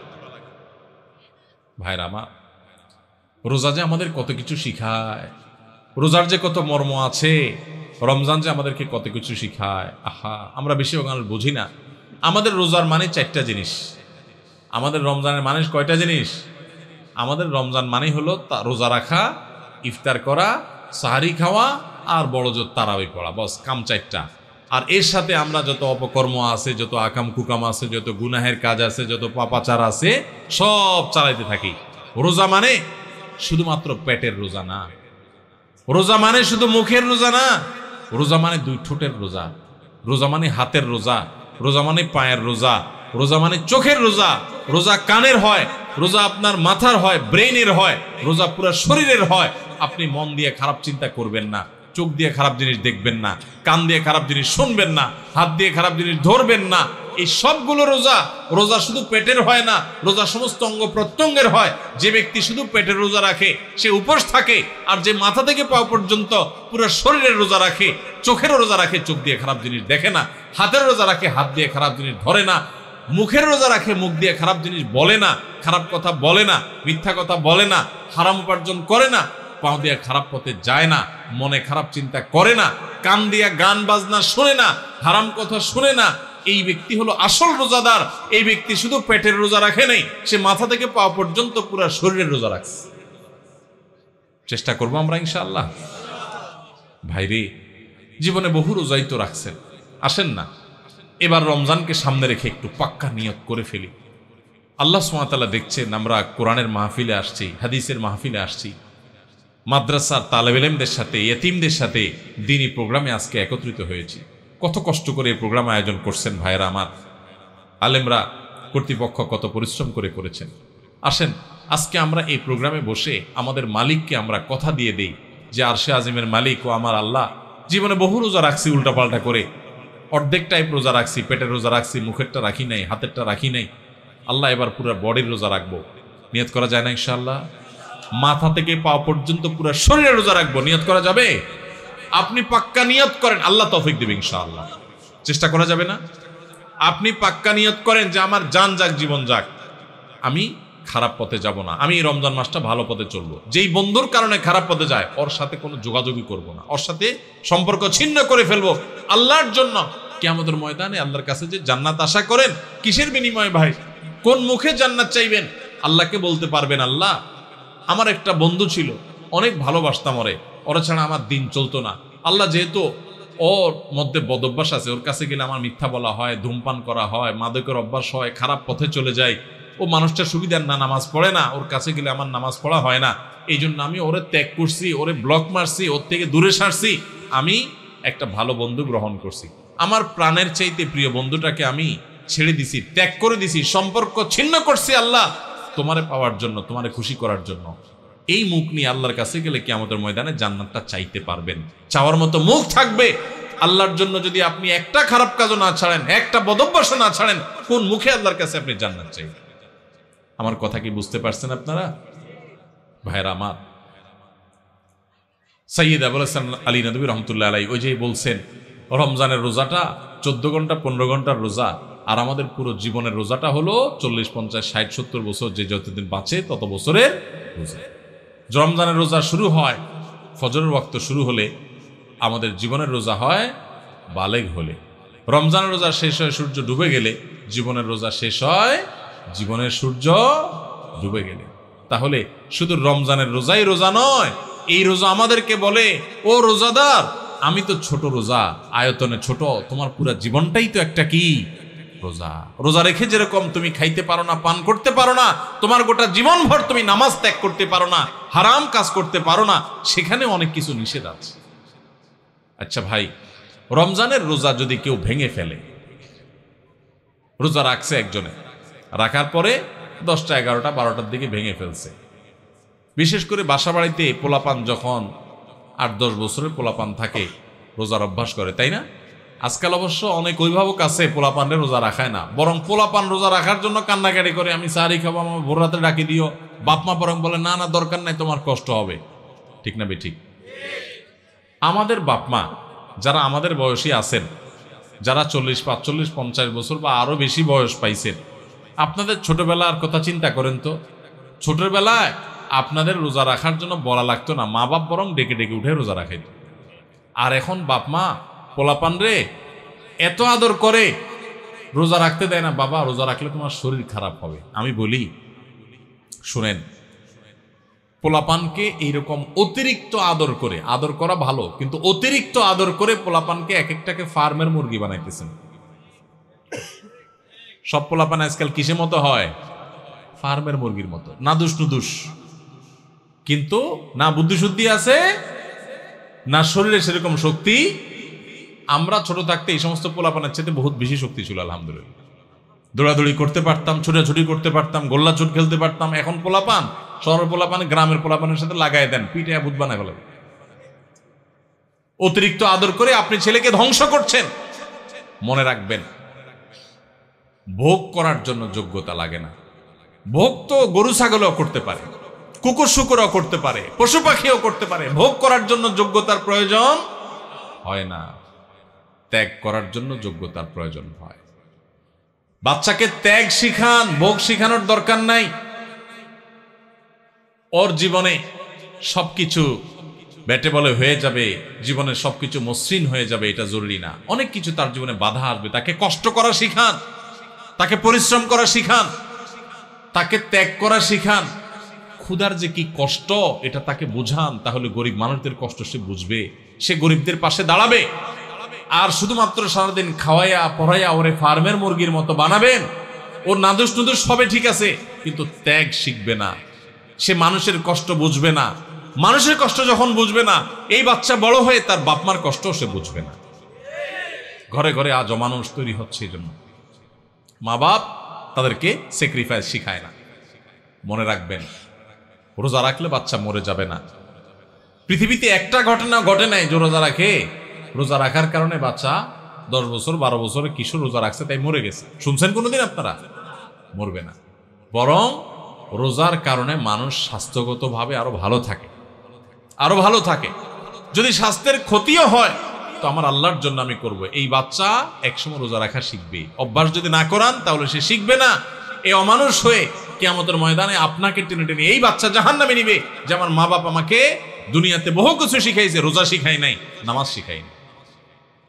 তো যাই হোক, যেটা বলতেছিলাম, 8-10 বছরের বাচ্চা, কিশোর পোলাপান, একটা বাসায় যদি 2টা ছেলে রোজা রাখে, ধরেন 2টা বাচ্চা আপনার, একটার বয়স 8 আর একটা বয়স 10, দোনোটা মিলে রোজা রাখছে। রোজা রাখার পর সাধারণত একটু বয়স যেগুলোর বেশি হয়, মানে 10-12 এরকম, তাদের মধ্যে ওই যে বাদরামিটা শুরু হয়, বাদরামি দুষ্টামিটা শুরু হয়। এই দুইজনের মধ্যে মনে করেন বড় ছেলেটা সকাল 10টা-11টার দিকে প্যান প্যান করা শুরু করছে মায়ের পিছি পিছি, আম্মু আমার ক্ষুধা লাগছে, আমি রোজাটা ভেঙে ফেলি, আমার কিছু খাইতে ইচ্ছা করে, আমি আর পারতেছি না, গলা শুকে আসতেছে। মনে করেন ও একটু প্যান প্যান শুরু করছে, বাপের পিছে, মায়ের পিছে, দাদির পিছে, সবার পিছে পিছে ঘুরে। তো বাপমা যখন দেখে যে অনেক বেশি জ্বালাতন করতেছে, তো প্রথম হয়তো বোঝানোর চেষ্টা করে, একটু কষ্ট করো, একটু সবর করো। যখন দেখে না ও বেসবর মানবেই না, তখন বাপমা যদি বলে ঠিক আছে আচ্ছা যা খা, তাহলে ও রোজাটা ভেঙে ফেললো। মনে করে 10 বছরটা রোজাটা ভেঙে ফেললো, 8 বছরটা মনে করেন রোজাটা কষ্ট হচ্ছে তারপরে সে রাখছে। এরকম হয় না অনেক সময় ঘরে? আচ্ছা, যে রোজাটা ভেঙে ফেলছে ওর ভাগ্যে কি খানা জুটে? 10টা-11টার দিকে রোজা ভাঙছে, মনে করেন 12টার দিকে রোজা ভাঙছে, তখন তার ভাগ্যে কি খানা জুটে? মুসলমানের ঘরে রমজান মাসে সকাল 10টা-11টা কি ধরনের খানা থাকে? গরম ভাত থাকে না? কি থাকে? বাসি ভাত। আর সাহারিতে যে মাছ রান্না করা হয়েছে, একদম পেটির টুকরা, ভালো ভালো টুকরাগুলো সব থাকে, থাকে লেঞ্জা, মাথা, হ্যাঁ, ছোটখাটো টুকরা, কাঁটা কুটা, এগুলা বাসি তরকারি, তাই না? আর গোস্তের পাতিলেরও একই অবস্থা, বাইসা বুইসা সব সাহারিতে খায়া হাড্ডি হুড্ডি, চর্বি চারবি এগুলা থাকে। যেই ছেলেটা রোজা ভাঙে ও কিন্তু খাইতে পারে, এটা ঠিক যে ও খাইছে, খায়া পেটটা ভরে ফেলছে, ও এখন খুব সুখে আছে। কিন্তু কি খায়া পেট ভরছে? ওর অবস্থা কি? সময় যত বাড়তে থাকে তার কষ্ট বাড়তে থাকে। 12টা বাজে, 1টা বাজে, 2টা বাজে, আস্তে আস্তে মুখটা শুকায় আসে। খেয়াল করেন না? মুখটা শুকায় আসে। ছোট মানুষ, বলতেও পারে না, সইতেও পারে না, এদিকে রোজা আছে। আস্তে আস্তে যখন 2টা বাজে, 3টা বাজে, 4টা বাজে, বিকাল হইতে থাকে, এবার এই বাচ্চার চেহারাটা যখন ফ্যাকাশে হয়ে আসে, সে যখন কষ্ট করে, এবার তার বাপ দেখলে তাকে বলে আব্বু এই তো আর 3 ঘন্টা, হ্যাঁ। মা দেখে বলে বাবা এই তো আসর আজান হয়ে গেছে, দেখতে দেখতে মাগরিব হয়ে যাবে, আর একটু। দাদি ডাইকা বলে যে নাতি এই তো শেষ, দেখতে দেখতে পার হয়ে যাবে। কত কষ্ট করছে, আরে আমার নাতিটা। আদর শুরু হয়ে যায় কিন্তু, তাই না? এরপর যখন ইফতারের সময় কাছাকাছি হয়, বিশেষ করে গ্রামাঞ্চলে যারা থাকেন তারা একটু গ্রামের চিত্রটা চিন্তা করেন তো কেমন হয়। যখন ইফতারের সময় কাছাকাছি হয় তখন ওই যেটা 10টা-11টা-12টা রোজা ভেঙে ফেলে যে খুব লাভবান হয়েছে তা না, বাসিখানা খাইছে। এখন সে যখন মা গরম গরম ইফতার বানায়া বানায়া, শরবত বানায়া বানায়া সব টেবিলে এনে সাজানো শুরু করে। ও আশেপাশে যখন গুড়গুড় করে, ওই যে ভাঙছে রোজা, ওইটা যখন গুড়গুড় করে একটু তাকায়, মা দেয় ধমক, যা হাঁস ধর, মোরগ ধর, বাবুটা কাঁদতেছে চোখে দেখোস না, ওরে রাখ। কারণ তুমি তো রোজা ভাঙছো চান্দু, তুমি বাসি খায় এত পেট ভরছো, তোমার তো এখন ইফতারের জন্য এত লালায়িত হওয়ার কথা নেই, তাড়াহুড়া নেই। যাও বাচ্চারা ধরো, যাও তাড়াতাড়ি একটা মোমবাতি নিয়ে আসো, কারেন্ট চলে গেলে জ্বালাইতে হবে। তাহলে ও রোজা ভাঙে একটু বাসি খানা খাইছে একটু বাসি খানা, কিন্তু এখন দৌড়ানি খায়। বিকালে কি খায়? দৌড়ানি খায়। আর যেই ছেলেটা ছোট মানুষ রোজা রাখছে, মুখটা শুকায় গেছে, আর আধা ঘন্টা বাকি আছে সূর্য ডুবার, ওর কি অবস্থা হয় বলেন? তাড়াতাড়ি তারা ডেকে এনে দাদি কোলে নিজের কাছে বসায় চেয়ারে, হ্যাঁ, বাবা হাত দেয় পিঠে, মা এসে চুমা দেয়, বাবা আমার কত কষ্ট হয়ে গেছে, এই তো বাবা আজান দিয়ে দিবা, আর অল্প একটু বাকি। আদর আর আদর শেষ নাই, তাই না? আর মুয়াজ্জিন আজান দিতে দেরি, তার খানার আর দেরি। মা শরবত আগাতে, বাবা আগে শরবতটা মুখে নাও। দাদি খেজুর আগাতে, বাবা আগে একটু খেজুরটা মুখে নাও। বাপে পেঁয়াজি ধরে রাখে, বড় আরেক ভাই বোন থাকলে তারা আপনার চপ ধরে রাখে, আরেকটা ধরে রাখে, একটার পর একটা খাওয়াইতে থাকে, তুই খা বাবা খা। আর ওইটা যদি কাছাকাছি আসে দে ধমক, বাচ্চা কাঁদতেছে দেখোস না, পিচ্ছিটা হলো ধর। হয় কি হয় না বলেন? ওই যে ধমক টমক খায়, দৌড়ানি দাঁড়ানি খায় বেচারা রোজা ভাঙ্গা, সে কিন্তু মাগরিবের পর আজান হয়ে গেলে, নামাজ হয়ে গেলে, ওই ডাইনিং টেবিল থেকে ইফতারি সবাই খায়া টায়া যখন ওই বাইসা বুইসা থুইয়া দেয়, বেগুনি যেগুলো ভালো ভালো ভাজা হয়েছে এগুলো তো সব খাওন শেষ, যেগুলো কোনা কাঞ্চি পুড়ে টুড়ে গেছে এগুলো রয়ে গেছে, নামাজের পরে এবার ওরে বলে আচ্ছা যা তুই একটু খা। ঠিক না বেঠিক? রোজা যে ভাঙছে ওর কপালে খানা জুটে, কিন্তু সেটা সকালেও বাসি বিকালেও। আর যে কষ্ট করে রোজা রাখে তার কষ্ট কিন্তু হয়, চেহারা কিন্তু শুকায় যায়, জিহ্বা কিন্তু শুকায় যায়, অনেক কষ্ট হয়। কিন্তু কষ্ট করে যদি সে রোজাটা রাখতে পারে শুধুমাত্র, তাহলে সূর্য ডুবার আগে থেকে তার আদর শুরু হয়, মায়া শুরু হয়, কদর শুরু হয়। সূর্য ডুবার পর তার তার খানার খানা, আদর আর আদর, যত্ন আর যত্ন। ঠিক না বেঠিক ভাই আমার? এটা হলো রমজানের রোজার অবস্থা। এটা হলো রমজানের। ভাই কথা বলিয়েন না সামনে, আমি কথা বলতে পারবো না, কথা বললে আওয়াজ করিয়েন না প্লিজ। আশপাশে কথা বললে আমার মনোযোগ নষ্ট হয়ে যায়। তো যেটা বলতেছিলাম ভাই, এটা হলো রমজানের রোজা। রমজানের রোজাতে রোজা ভেঙে ফেললে তার পরিণতি কি হয় আমরা দেখাইলাম, আর যে রোজা রাখে তার সুফল কি সে পায় সেটাও আমরা দেখাইলাম। এবার আসেন, একটু আগে আমরা বললাম রমজানের রোজা হলো 14 ঘন্টা 15 ঘন্টা 16 ঘন্টার রোজা, আর আমাদের পুরো জীবনটা হলো সারা জীবনের রোজা। আল্লাহু আকবার। সারা জীবনের রোজাও ওই রমজানের রোজার মতো অনেকে ভেঙে ফেলে। কিভাবে ভাঙে আসেন এবার বুঝি। আপনার সামনে 2 নম্বর পথে উপার্জন করার রাস্তা পাইছেন একটা, চিটারি করে মানুষের ফাঁকি ঝুঁকি দিয়ে ইনকাম করবেন। আপনি খারাপ কাজ করবেন, সুযোগ আছে সামনে, আপনি সেটা যদি করেন তাহলে আপনার জীবনের রোজা ভেঙে ফেললেন। আর যদি বলেন না আমি তো ওই যে জীবনের রোজা আছি, আল্লাহ যে নিষেধ করছে এগুলো করতে, এই জন্য আমি হারাম করবো না, আমি যাব না অন্যায় পথে, তাহলে আপনি জীবনের রোজাটা রাখলেন। কথা কি বুঝতে পারছেন? যদি জীবনের রোজা কেউ ভেঙে ফেলে, ওই রমজানের রোজা ভেঙে ফেলছে যে ছেলেটা, ওর মতো করে জীবনের রোজা ভাঙলে সেও একটু মজা পায়, একটু বিড়ি খায়, একটু মদ খায়, একটু হারাম খায়, একটু চুরি করে কামায়, একটু গালে দিয়া মনে জাল মিটায়, মানুষকে মাইরা মাস্তানি করে বাহবা আপনার বাকাওয়াতি জাহির করে।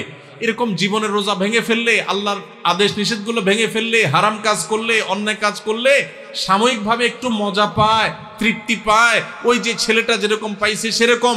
কিন্তু এই তৃপ্তিটাকে যদি জান্নাতে যে নেয়ামত পাওয়া যাবে জীবনের রোজা যদি রাখতে পারে, হারাম কাজ যদি ছাড়তে পারে, অন্যায় যদি না করে, আল্লাহর ভয় যদি অন্যায় থেকে বেঁচে থাকতে পারে, সেই ব্যক্তি আর জীবনের রোজা যেরকম জীবনের আপনার রমজানের রোজা যেরকম সূর্য ডুবার পর পর শান্তি পাওয়া শুরু হয়, খাওয়া শুরু হয়, জীবনের সূর্য ডুবার পরে যে জান্নাতের নিয়ামত শুরু হবে ওইটার তুলনায় দুনিয়াতে যে দুনিয়ার জীবনের রোজা ভাঙলো, কিছু না আপনার ভোগ উপভোগ করলো, কিছু সুখ শান্তি করলো, গাড়ি বাড়ি করলো, চুরি ডাকাতি করলো, দুর্নীতি করে সম্পদ করলো, সে কামাই করছে, কিন্তু ইমানদার ব্যক্তি পুরা জীবনভর রোজা রেখে আল্লাহর হারাম কাজ থেকে বেঁচে থেকে তার অনেক কষ্ট হয়, তার চলতে অসুবিধা হয়, তার মাস চলে না, কারণ সে হালাল পথে চলে, তার চেহারা শুকায় আসে, সে অন্যায় পথে যেতে পারে না, ওই রোজা রাখার মতো তার অনেক কষ্ট হয়। কষ্ট মষ্ট করে জীবনের সূর্য ডুবা পর্যন্ত যদি সেদিন রোজা রাখতে পারে, তাহলে জীবনের সূর্য ডুবা লাগে না। জীবনের সূর্য ডুবার আগেই আল্লাহর ফেরেশতারা কোরআন আয়াতে বলে দিয়েছে, এসে তাকে বলে দে, আল্লাহ তাখাফু ওয়ালা তাহজানু ওয়া আবশিরু বিল জান্নাতিল্লাতী কুনতুম তুআদুন। তোমার কোনো ভয় নেই, তোমার কোনো শঙ্কা নেই, তুমি গোটা জীবন রোজা রেখেছো, আল্লাহর সমস্ত আদেশগুলো মেনে চলেছ, তুমি হক হালালে চলেছ, অন্যায় পথে চলো নাই, খারাপ লোকের সাথে উঠো নাই, বসো নাই, তুমি সারা জীবন ভালো চলেছ। অতএব আর একটু সবর করো, তোমার জীবনের সূর্য ডুবে যাবে, আর সাথে সাথে জান্নাতের সাথে তোমার কানেকশন হয়ে যাবে। ভাইরা আমার, তাহলে রমজানের রোজা ভাঙলে যেরকম খানা যায়, পেট ভরা যায়, কিন্তু বাসি খানা, জীবনের রোজা যারা ভেঙে ফেলে, যারা অন্যায় অনাচার করে ফেলে, আরে রাখ তুই, কোরআন হাদিস আগে করে লই, আকাম কুকাম করে যারা, হারাম পথে যারা চলে, তারা একটু স্বাদ পায়। কিন্তু যে কষ্ট করে জীবনের রোজাটাকে ধরে রাখতে পারে না, আমি হারাম পথে যাব না, আল্লাহর ভয়ে সে সতর্ক থাকে, ওই ব্যক্তি তার জীবনের সূর্য ডুবার সাথে সাথে তার যে আল্লাহর পক্ষ থেকে জান্নাতের ইফতারের ব্যবস্থা থাকে, সেই ইফতার ফেরেশতারা যখন তাকে আদর করে খাওয়াতে থাকে, তখন ওইটার তুলনায় দুনিয়ার এই যে সমস্ত গাড়ি বাড়ি চুরি ডাকাতি 2 নম্বরই করে যারা কামাই করলো, এগুলো হলো ওইটার তুলনায় ওই বাসি খানার মতো। রমজানের রোজা ভাঙছে যে, সে যেরকম সন্ধ্যায় দৌড়ানি খায়, জীবনের রোজা যারা ভেঙে ফেলে, এদের মরার আগে থেকে ফেরেশতাদের দৌড়ানি খায়, তারা ইমানদারদের জান্নাতের নিয়ামত ভোগ করতে পারে না। ভাইরা, এই রমজানের রোজার যে আমাদের কত কিছু শিখায়, কত কিছু বলে, কত বার্তা দেয়, কত মেসেজ দেয়, এগুলো আমরা বেশিরভাগ মানুষ জানি না। আল্লাহ আমাদের সবাইকে রমজানের মর্ম বুঝার তৌফিক দান করুন, রোজার মর্ম বুঝার তৌফিক দান করুন। রোজার মর্ম বুঝে রোজা রাখবো তো ইনশাআল্লাহ।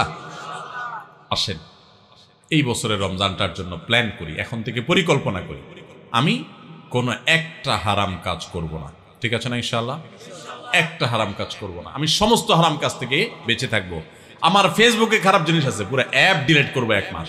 মরে যাবেন অ্যাপ ডিলিট করলে? আমার ইউটিউবতে খারাপ জিনিস আছে, পুরা অ্যাপ ডিলিট করে ফেলবো, আনইনস্টল করে ফেলবো। মরে যাবেন আপনি? আল্লাহর জন্য যদি এতটুকু ত্যাগ করতে পারেন, তাও তো বলতে পারবেন, ও আল্লাহ, তোমাকে খুশি করার জন্য, তোমার হারাম কাজ থেকে বাঁচার জন্য, রমজান মাস তাকওয়া চর্চা করার জন্য আমি এই অ্যাপটা ডিলিট করে দিছি, আমার অমুক খারাপ বন্ধু ছেড়ে দিছি, অমুক বদভ্যাস ছেড়ে দিছি, দোকানদারি করি 2 নম্বরই করা ছেড়ে দিছি, কাস্টমার হই দোকানদারের সাথে 2 নম্বরই করা ছেড়ে দিছি, অফিসে চাকরি করি, ঘুষ দুর্নীতি করি নাই, সব কিছু ছেড়ে দিছি। ছেড়ে দিলে কিন্তু কষ্ট হবে, ওই যে রোজা রাখতে যেরকম কষ্ট হয়, আপনার মাস চলতে কষ্ট হবে, হালাল টাকা বেশি দিন চলবে না, গাড়ি বাড়ি করতে পারবেন না, চকচক ফক ফক করবে না, মানুষ মারহাবা দিবে না, মানুষ বাহবা দিবে না, হুজুররা বাহবা দিবে না, মাহফিলও আপনি কদর পাবেন না, কারণ 2 নম্বর টাকা না থাকলে, আপনি টাকা দিতে না পারলে, আপনি তো গরিব মানুষ, কেউ পাত্তা দিবে না। কিন্তু আল্লাহর কসম, আপনার মালিক ভুল করবে না। জীবনের সূর্য ডুবার সাথে সাথে, বরং তার আগেই আল্লাহর ফেরেশতারা আপনাকে জান্নাতে নিয়ে যাবে। ভাইরা আমার, সেজন্য রমাদানের তাকওয়া অর্জন করবো তো ইনশাআল্লাহ, মুত্তাকি হব তো ইনশাআল্লাহ, হারাম কাজ ছাড়বো তো ইনশাআল্লাহ। আল্লাহকে সাক্ষী রেখে আমরা সবাই নিয়ত করি, 2 হাত তুলে আল্লাহকে সাক্ষী করে নিয়ত করি, আল্লাহ আপনি আমাদের সবাইকে সকল হারাম কাজ বেঁচে থাকার তৌফিক দান করেন, সকল অন্যায় থেকে বেঁচে থাকার তৌফিক দান করেন। এই রমজানে আমাদেরকে ফেরেশতার মতো ভালো মানুষ বানায় দেন আল্লাহ। জীবনে একদিনও আর নামাজ ছাড়বো না, নামাজি বানায় দেন আল্লাহ। আমাদের ফজর নামাজ জামাতের সাথে পড়া তৌফিক দান করেন আল্লাহ। মোবাইলে খারাপ জিনিস দেখা থেকে আমাদেরকে বাঁচায় রাখেন আল্লাহ। আপনি আমাদের প্রতি অনুগ্রহ নাজিল করেন আল্লাহ। আপনি আমাদের প্রতি দয়া করেন আল্লাহ। আমাদের হাতগুলোকে কবুল করে নেন আল্লাহ। আমাদের নিয়তগুলোকে কবুল করে নেন আল্লাহ। আমাদের কলবগুলোকে কবুল করে নেন আল্লাহ। আমাদের রমজানকে তাকওয়ার রমজান বানায় দেন, আমাদের রোজাকে মুত্তাকিদের রোজা বানায় দেন। জাযাকুমুল্লাহু খায়রা ওয়া আখিরু দাওয়ানা আনিল হামদুলিল্লাহি রাব্বিল আলামিন। প্রশ্নোত্তর আছে নাকি আবার? রমজানে খাদ্যদ্রব্যের মূল্যের ঊর্ধ্বগতি রোধে একটা পরামর্শ দিতে চাই, লিখলে বড় হবে, তাই সাক্ষাতে 5 মিনিট কথা বলতে চাই, যে কোনো জায়গায় আপনার সুবিধা মতো। ভাই, দ্রব্যমূল্য নিয়ন্ত্রণ করার জন্য আমাকে বুদ্ধি না দিয়া বাণিজ্য মন্ত্রণালয়ের লোকজনকে বুদ্ধি দেন। আমার হাতে তো ক্ষমতা নেই, আপনার বুদ্ধি আমি কাজে লাগাইতে পারবো না। তো কোন বুদ্ধি দিলে সব 2 নম্বর ব্যবসা সাইজ করা যাবে, এটা তাদেরকে বুদ্ধি দেন।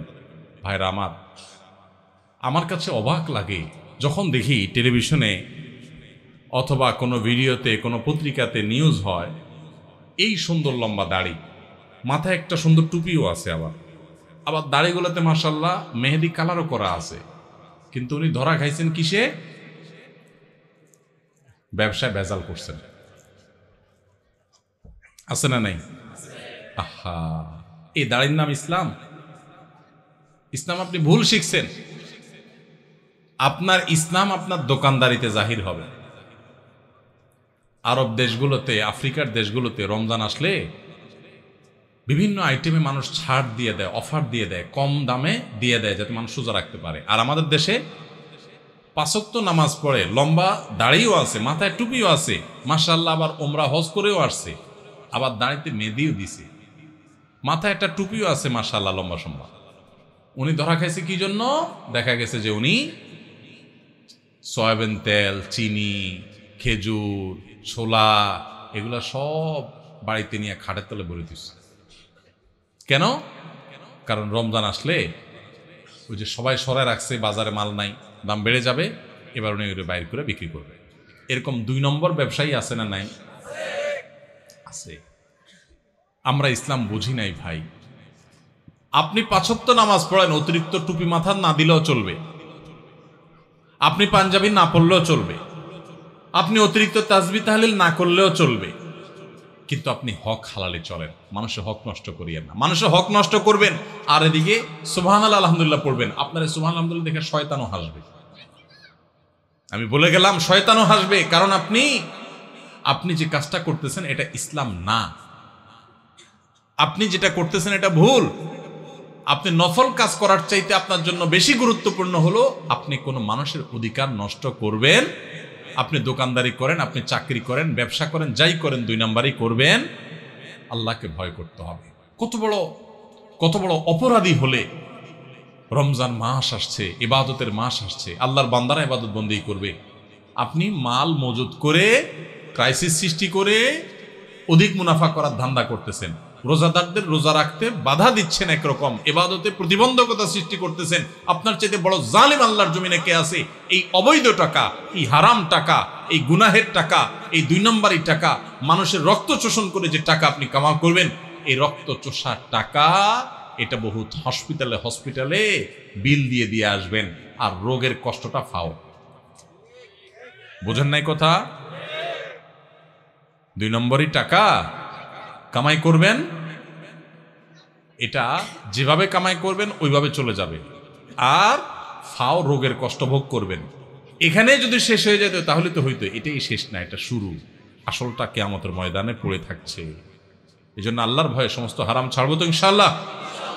আল্লাহ আমাদের তৌফিক দান করুন।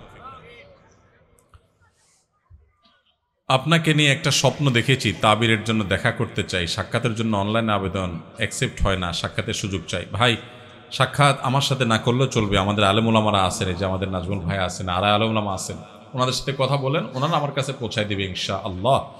আর সাক্ষাতের জন্য সুযোগ আছে। আমরা প্রতি শনিবার দুপুরে একটু সময় দিই, জোরের পরে যতটুকু সম্ভব হয়। কাউকে নামাজের আহ্বান জানালে সে যদি ভুল বুঝে বলে জ্ঞান দিও না, সেক্ষেত্রে আমার করণীয় কি? এটা হলো আমাদের দেশের সমস্যা। কাউকে ভালো কিছু বললে কি বলে? জ্ঞান দিতে এসো না। মানে আমার এত জ্ঞান উপচে পড়তেছে, তোমার জ্ঞান রাখার জায়গা আর নাই। ভাবটা এরকম না? মানে এটাকে বলে চুরি চুরি আরো সিনাজুরি। নামাজ পড়ে না বেনামাজি, আরেকজন যখন নামাজের আহ্বান করছে বলবে ভাই তোমার শুক্রিয়া, থ্যাংক ইউ সো মাচ, তুমি আমার একটা ভালো কাজের কথা বলছো ভাই, ঠিক আছে দোয়া করো, আমি চেষ্টা করি ভাই। এটা না ইমানদারের কথা। আর জাহেল এবং মূর্খ মানুষের কথা হলো ভাই জ্ঞান দিতে আসিস না এত। তার মানে তোমার জ্ঞান আছে, তোমার জ্ঞান থাকলে তুমি নামাজ পড়তে যাইতা। তুমি যে অজ্ঞানী, তুমি যে মূর্খ, এটা তো তুমি প্রমাণ করছো তোমার কর্ম দ্বারা। আর যদি বলো না নামাজ পড়তে হবে, এটা আমি জানি, তো যাই না শুনেও যদি নামাজ না পড়ে তো তোমার মুগুর তো ডবল পড়বে কিয়ামতের ময়দানে। আমাদের দেশে অনেক সময় অন্যায় কাজের থেকে মানুষ বাধা দিলে বা ভালো কাজের নির্দেশ করলে আমরা অনেকে বলি জ্ঞান দিতে আইসো না। এটা অহংকারের কথা, এটা কোনো বিনয়ী মানুষের কথা না। আপনাকে যদি কেউ ভালো কাজের উপদেশ দেয় তো আপনার তো সৌভাগ্য, আপনি সেটাকে ভালোভাবে নিবেন।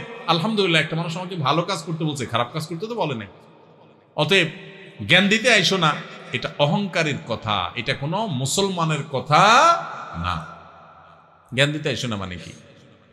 আপনার জ্ঞান থাকার পরও যদি আরেকজন জ্ঞান দেয়, আপনি শুকর আদায় করবেন, আলহামদুলিল্লাহ আমাকে স্মরণ করাই দিচ্ছে। আল্লাহ বলেছেন ওয়াযাক্কির ফাইন্না যিকরা তানফাউল মুমিনিন। আর ইমানদারদেরকে জানা কথাটাও স্মরণ করাই দাও। নামাজ ফরজ সেও জানে, আবারও বললে তার লাভ হয়, তার বিবেক বিবেচনা বোধ জাগ্রত হয়। এই জন্য বারবার স্মরণ করাইতে আল্লাহ বলছেন, আপনি বলছেন জ্ঞান দিতে আইসো না। তাহলে বোঝা গেল এটা কোনো ইমানদারের কথা না। কেউ যদি আপনাকে ভালো কাজের পথে আহ্বান করে, পারলে তার ডাকে সাড়া দিবেন, আর না পারলে চুপ থাকবেন, কিন্তু অহংকার করবেন না। অহংকারী কিন্তু হেদায়েত থেকে মাহরুম হয়, বঞ্চিত হয়। এই কপাল পোড়ারা সঠিক পথে আসতে পারে না। আমার মা 3 মাস আগে মারা যায়। রমজানে আমি মাদ্রাসা এতিমদের খাওয়াতে চাই, আপনার মতামত চাই। খুব ভালো কথা, আপনার মা মারা গেছেন, আপনি তার তরফ থেকে সবচেয়ে বেশি যেটা করবেন সেগুলো দোয়া। আমাদের বেশিরভাগ মানুষ মা বাপ মারা গেলে আমরা হুজুরদের খাওয়াই, এতিমদের খাওয়াই। খাওয়ানো ঠিক আছে, গরিব মানুষদেরকে, এতিমদেরকে আপনি খাওয়ান, দান করেন, এটা ঠিক আছে, মৃত ব্যক্তির তরফ থেকে দান করা যায়, করলে মৃত ব্যক্তির সওয়াব পাওয়া যায়। কিন্তু আপনি নিজে বেশি বেশি দোয়া করবেন। অনেকে নিজে দোয়া করে না, হুজুর ভাড়া করে টাকা দোয়ার জন্য। আপনার মৃত মায়ের জন্য দোয়া করে যদি কোনো হুজুর টাকা নেয় আর আপনি টাকা দেন, তাহলে হুজুরও গুনাহগার, আপনিও গুনাহগার। বুঝেন নাই কথা? মৃত মানুষের জন্য দোয়া করে টাকা নেওয়াও জায়েজ নাই, দোয়া করাইয়া টাকা দেওয়াও জায়েজ। তাহলে নিজের মায়ের জন্য নিজে একটু আল্লাহর কাছে দোয়া করবে। আমরা বলি আমরা কি দোয়া করতে জানবো? কেন জানবেন না? কেন জানবেন না? দোয়া করতে না জানার তো কারণ নাই। অতএব দোয়া করবো তো ইনশাল্লাহ আমরা। আল্লাহ আমাদেরকে তৌফিক দান করবে। বিধবা বিবাহ সম্পর্কে খুবই খারাপ ধারণা রাখে সবাই। বিধবা বিবাহ সম্পর্কে খুবই খারাপ ধারণা রাখে সবাই, বলে চরিত্র ভালো না তাই বিয়ে বসেছে। ইসলাম কি বলে? আত্মীয়রা খুব হাসাহাসি করে, এর মাসালা কি? আমাদের সমাজে যে সমস্ত অসভ্যতা, নোংরামি এবং নিকৃষ্ট কালচার আছে, এর মধ্যে একটা হলো এটা। একজন নারী, তিনি যদি তার স্বামী হারা হন, হতে পারে স্বামীর সাথে বিচ্ছেদ হয়ে গেছে বা স্বামী মারা গেছে, তাহলে ইসলামের দৃষ্টিতে তিনি অন্যত্র বিবাহ বসার প্রয়োজন হলে বিবাহ করাটাই হলো উত্তম। এলাকাবাসীর কর্তব্য তার বিবাহের ব্যবস্থা করা। আমরা বিবাহের ব্যবস্থাতে করি না, উল্টা বরং ওই বেচারি ভদ্র মহিলাকে নানা কটু কথা আমরা শুনাই। একজন মানুষ তার চরিত্র হেফাজতের জন্য বিয়ে করলে সেটা কি ভালো না খারাপ? তো ভালো কাজ করার পর যদি আপনি একটা মন্দ কথা বলেন, তো মনে রাখবেন আল্লাহ সুবহানাহু ওয়া তাআলা কোরআনে বলেছেন তাহসাবুনাহু হাইয়িনা ওয়া হুয়া ইনদাল্লাহি আযীম। তোমরা কারোর চরিত্র সম্পর্কে একটা খারাপ কথা বলাটাকে সাধারণ কথা মনে করছো, আল্লাহর কাছে এটা অনেক বড় ব্যাপার, অনেক বিশাল বড় অপরাধের কথা। এজন্য কোনো বিধবা বিয়ে করতে চাইলে কখনো খবরদার খারাপ কথা বলবেন না। কোনো তালাকপ্রাপ্তা নারী, তালাকের মুখোমুখি হয়ে গেছেন, তাকে নিয়ে বাজে কথা বলবেন না, কারণ তার মনে অনেক ব্যথা। এমনি স্বামী মারা গেছে, এমনি বিচ্ছেদ হয়ে গেছে, কেউ বিচ্ছেদ চায় না, হয়ে গেছে, সেটা যে কারণেই হোক, তাকে আবার কষ্ট দিবেন না। একজনের ঘর পোড়ার মধ্যে আলো পোড়া দিতে যাবেন না, একজনের কষ্টকে লবণ দিয়ে কষ্ট বাড়াতে যাবেন না। চেষ্টা করবেন না ইনশাআল্লাহ। আমাদের এই সমাজের সমস্ত খারাপ বদ অভ্যাস, খারাপ স্বভাব, খারাপ কালচার, অপসংস্কৃতি, এগুলোকে মাটির নিচে দাপন করে সমাজটাকে সুন্দর করতে হবে আমাদের। ঠিক আছে না ইনশাআল্লাহ? আল্লাহ আমাদের তৌফিক দান করুন। আমিন। বাবার সম্পত্তিতে মেয়েদের হক সম্পর্কে বলবেন, এই বিষয়ে বিভিন্ন জায়গায় বলি, প্রায় বলার চেষ্টা করি। দেখুন, বাবার সম্পদে, মায়ের সম্পদে ছেলেদের যেরকম হক আছে, মেয়েদেরও কি আছে? হক আছে। কয়জন মানুষ বাবার সম্পদে বোনের হক দিয়ে দিছেন? বুকে হাত রেখে দাঁড়ায় বলতে পারবেন এরকম মায়ের পুত কয়জন আছেন? খুব কম। মেয়েদের ঠকানোর জন্য আমরা সবাই সংকল্প করে ফেলছি। অনেক বড় বড় হাজি সাহেব, গাজী সাহেব, আলেম সাহেব, সভাপতি সাহেব, সেক্রেটারি সাহেব, অনেক সাহেব আছে দেখবেন, দাড়িওয়ালা সাপ, টুপিওয়ালা সাপ, জুব্বাওয়ালা সাপ, লম্বা জুব্বাওয়ালা সাপ, অনেক সাপ আছে দেখবেন। এই জায়গা দেখবেন কবি নীরব, বোনের হক দেয় নাই। আমি বিভিন্ন জায়গায় জিজ্ঞাসা করি, আপনাদের এখানে আছেন কেউ?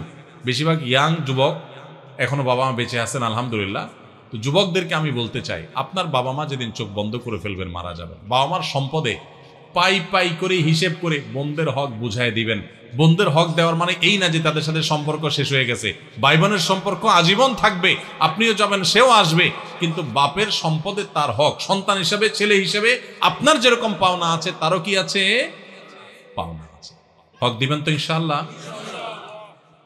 যদি বোনের হক ঠিক মতো না দেন, লম্বা লম্বা সিজদা দিয়ে নামাজ পড়েন, কপালে সিল মেরে দাগ ফালাই দেন, ওয়াজ শুনতে শুনতে কাইতুয়ে চিতুয়ে পড়ে যান, লাভ হবে না।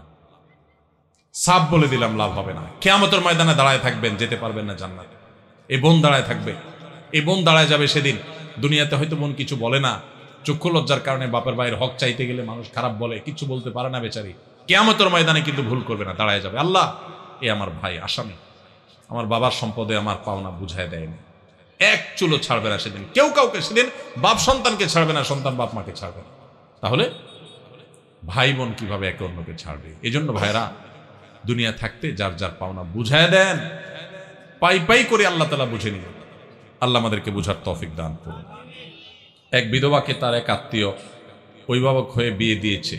কিছুদিন পর সে আত্মীয়ের সন্তান অসুস্থ হওয়ায় সে তার স্বামীকে দোষারোপ করে যে, তুই একজনের সংসার জোর করে বিয়ে দিছিস, তাই আমার বাচ্চার এই অবস্থা।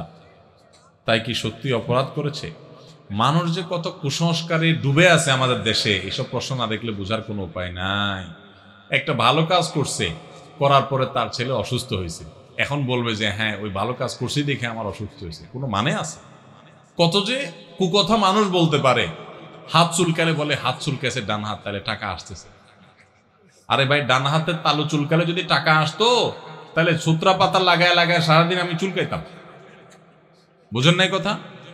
আরে ভাই, হাত চুলকাইছে, ডাক্তারের কাছে যান, অ্যালার্জির ওষুধ খান। কিন্তু যত সব আকুক কথা। একজন বিধবাকে বিয়ে দেওয়ার জন্য উদ্যোগ নিয়েছেন, ভালো কাজ করেছেন। এই জন্য কোনো বিপদ আসছে যে বিপদটা অন্য কোনো কারণ আসছে, এসে সম্পর্ক না, বরং আপনার ছেলে মারা যাইতো হয়তো, বা ওই বিধবার উপকার করার কারণে আল্লাহ তাআলা বাঁচায় রাখছে, শুধু অসুখ দিচ্ছে। সেভাবে চিন্তা করতে পারেন না?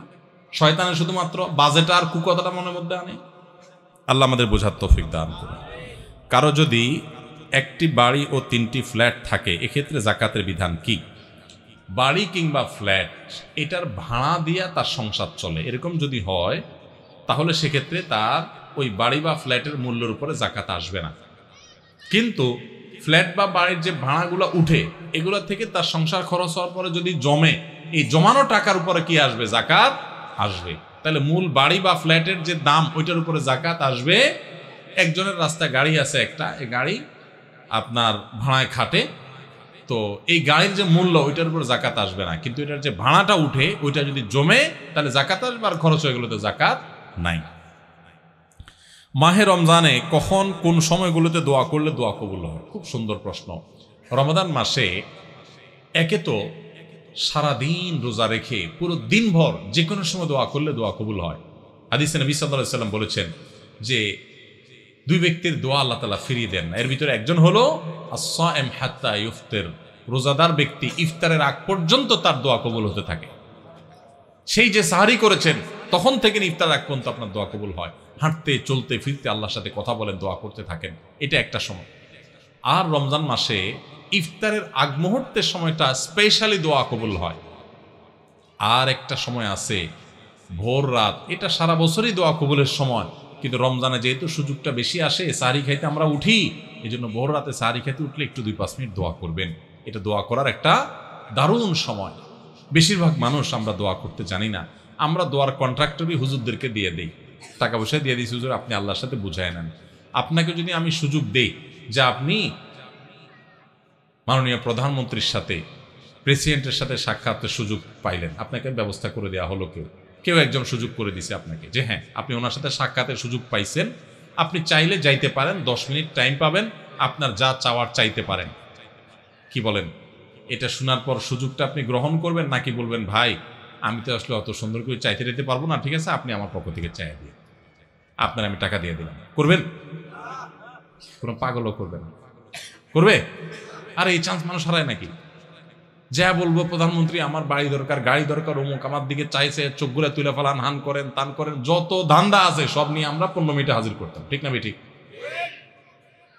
এই যদি হয় দুনিয়ার আল্লাহর একজন বান্দা, তার ব্যাপারে আপনার ধারণা, তো আল্লাহ রাব্বুল আলামিনের কাছে দোয়া করার সুযোগ আপনি পাইছেন। আপনি রমজানের রোজা অবস্থা দোয়া কবুল হয়, সাহরিতে দোয়া কবুল হয়, দোয়া কবুলের সময়গুলো পাইছেন। কত বড় কপাল পড়া হলে আপনি হুজুরের টাকা দেবেন, হুজুর 200 টাকা দিয়েছে, আপনি বুঝেন না আমার কথা? আল্লাহ আমাদেরকে দোয়ার গুরুত্ব বোঝার তৌফিক দান করেন। আমরা অনেকে দোয়া করি না কেন? আমরা মনে করি দোয়া করতে অনেক মায়ের পেজ দিয়া বলা লাগে বোধহয়, হুজুররা কি কি কয়, উর্দুতে, ফার্সিতে, আরবিতে কি কি গায়, এগুলো গায়া টায়া সুট টুট দিয়া দোয়া টোয়া করা লাগে আল্লাহর কাছে, নাহলে তো আল্লাহ শুনে না। আমি তো এগুলো পারি না, এই জন্য টাকা দিয়ে দিচ্ছি, হুজুর আপনি করে দেন। আসলে কি তাই?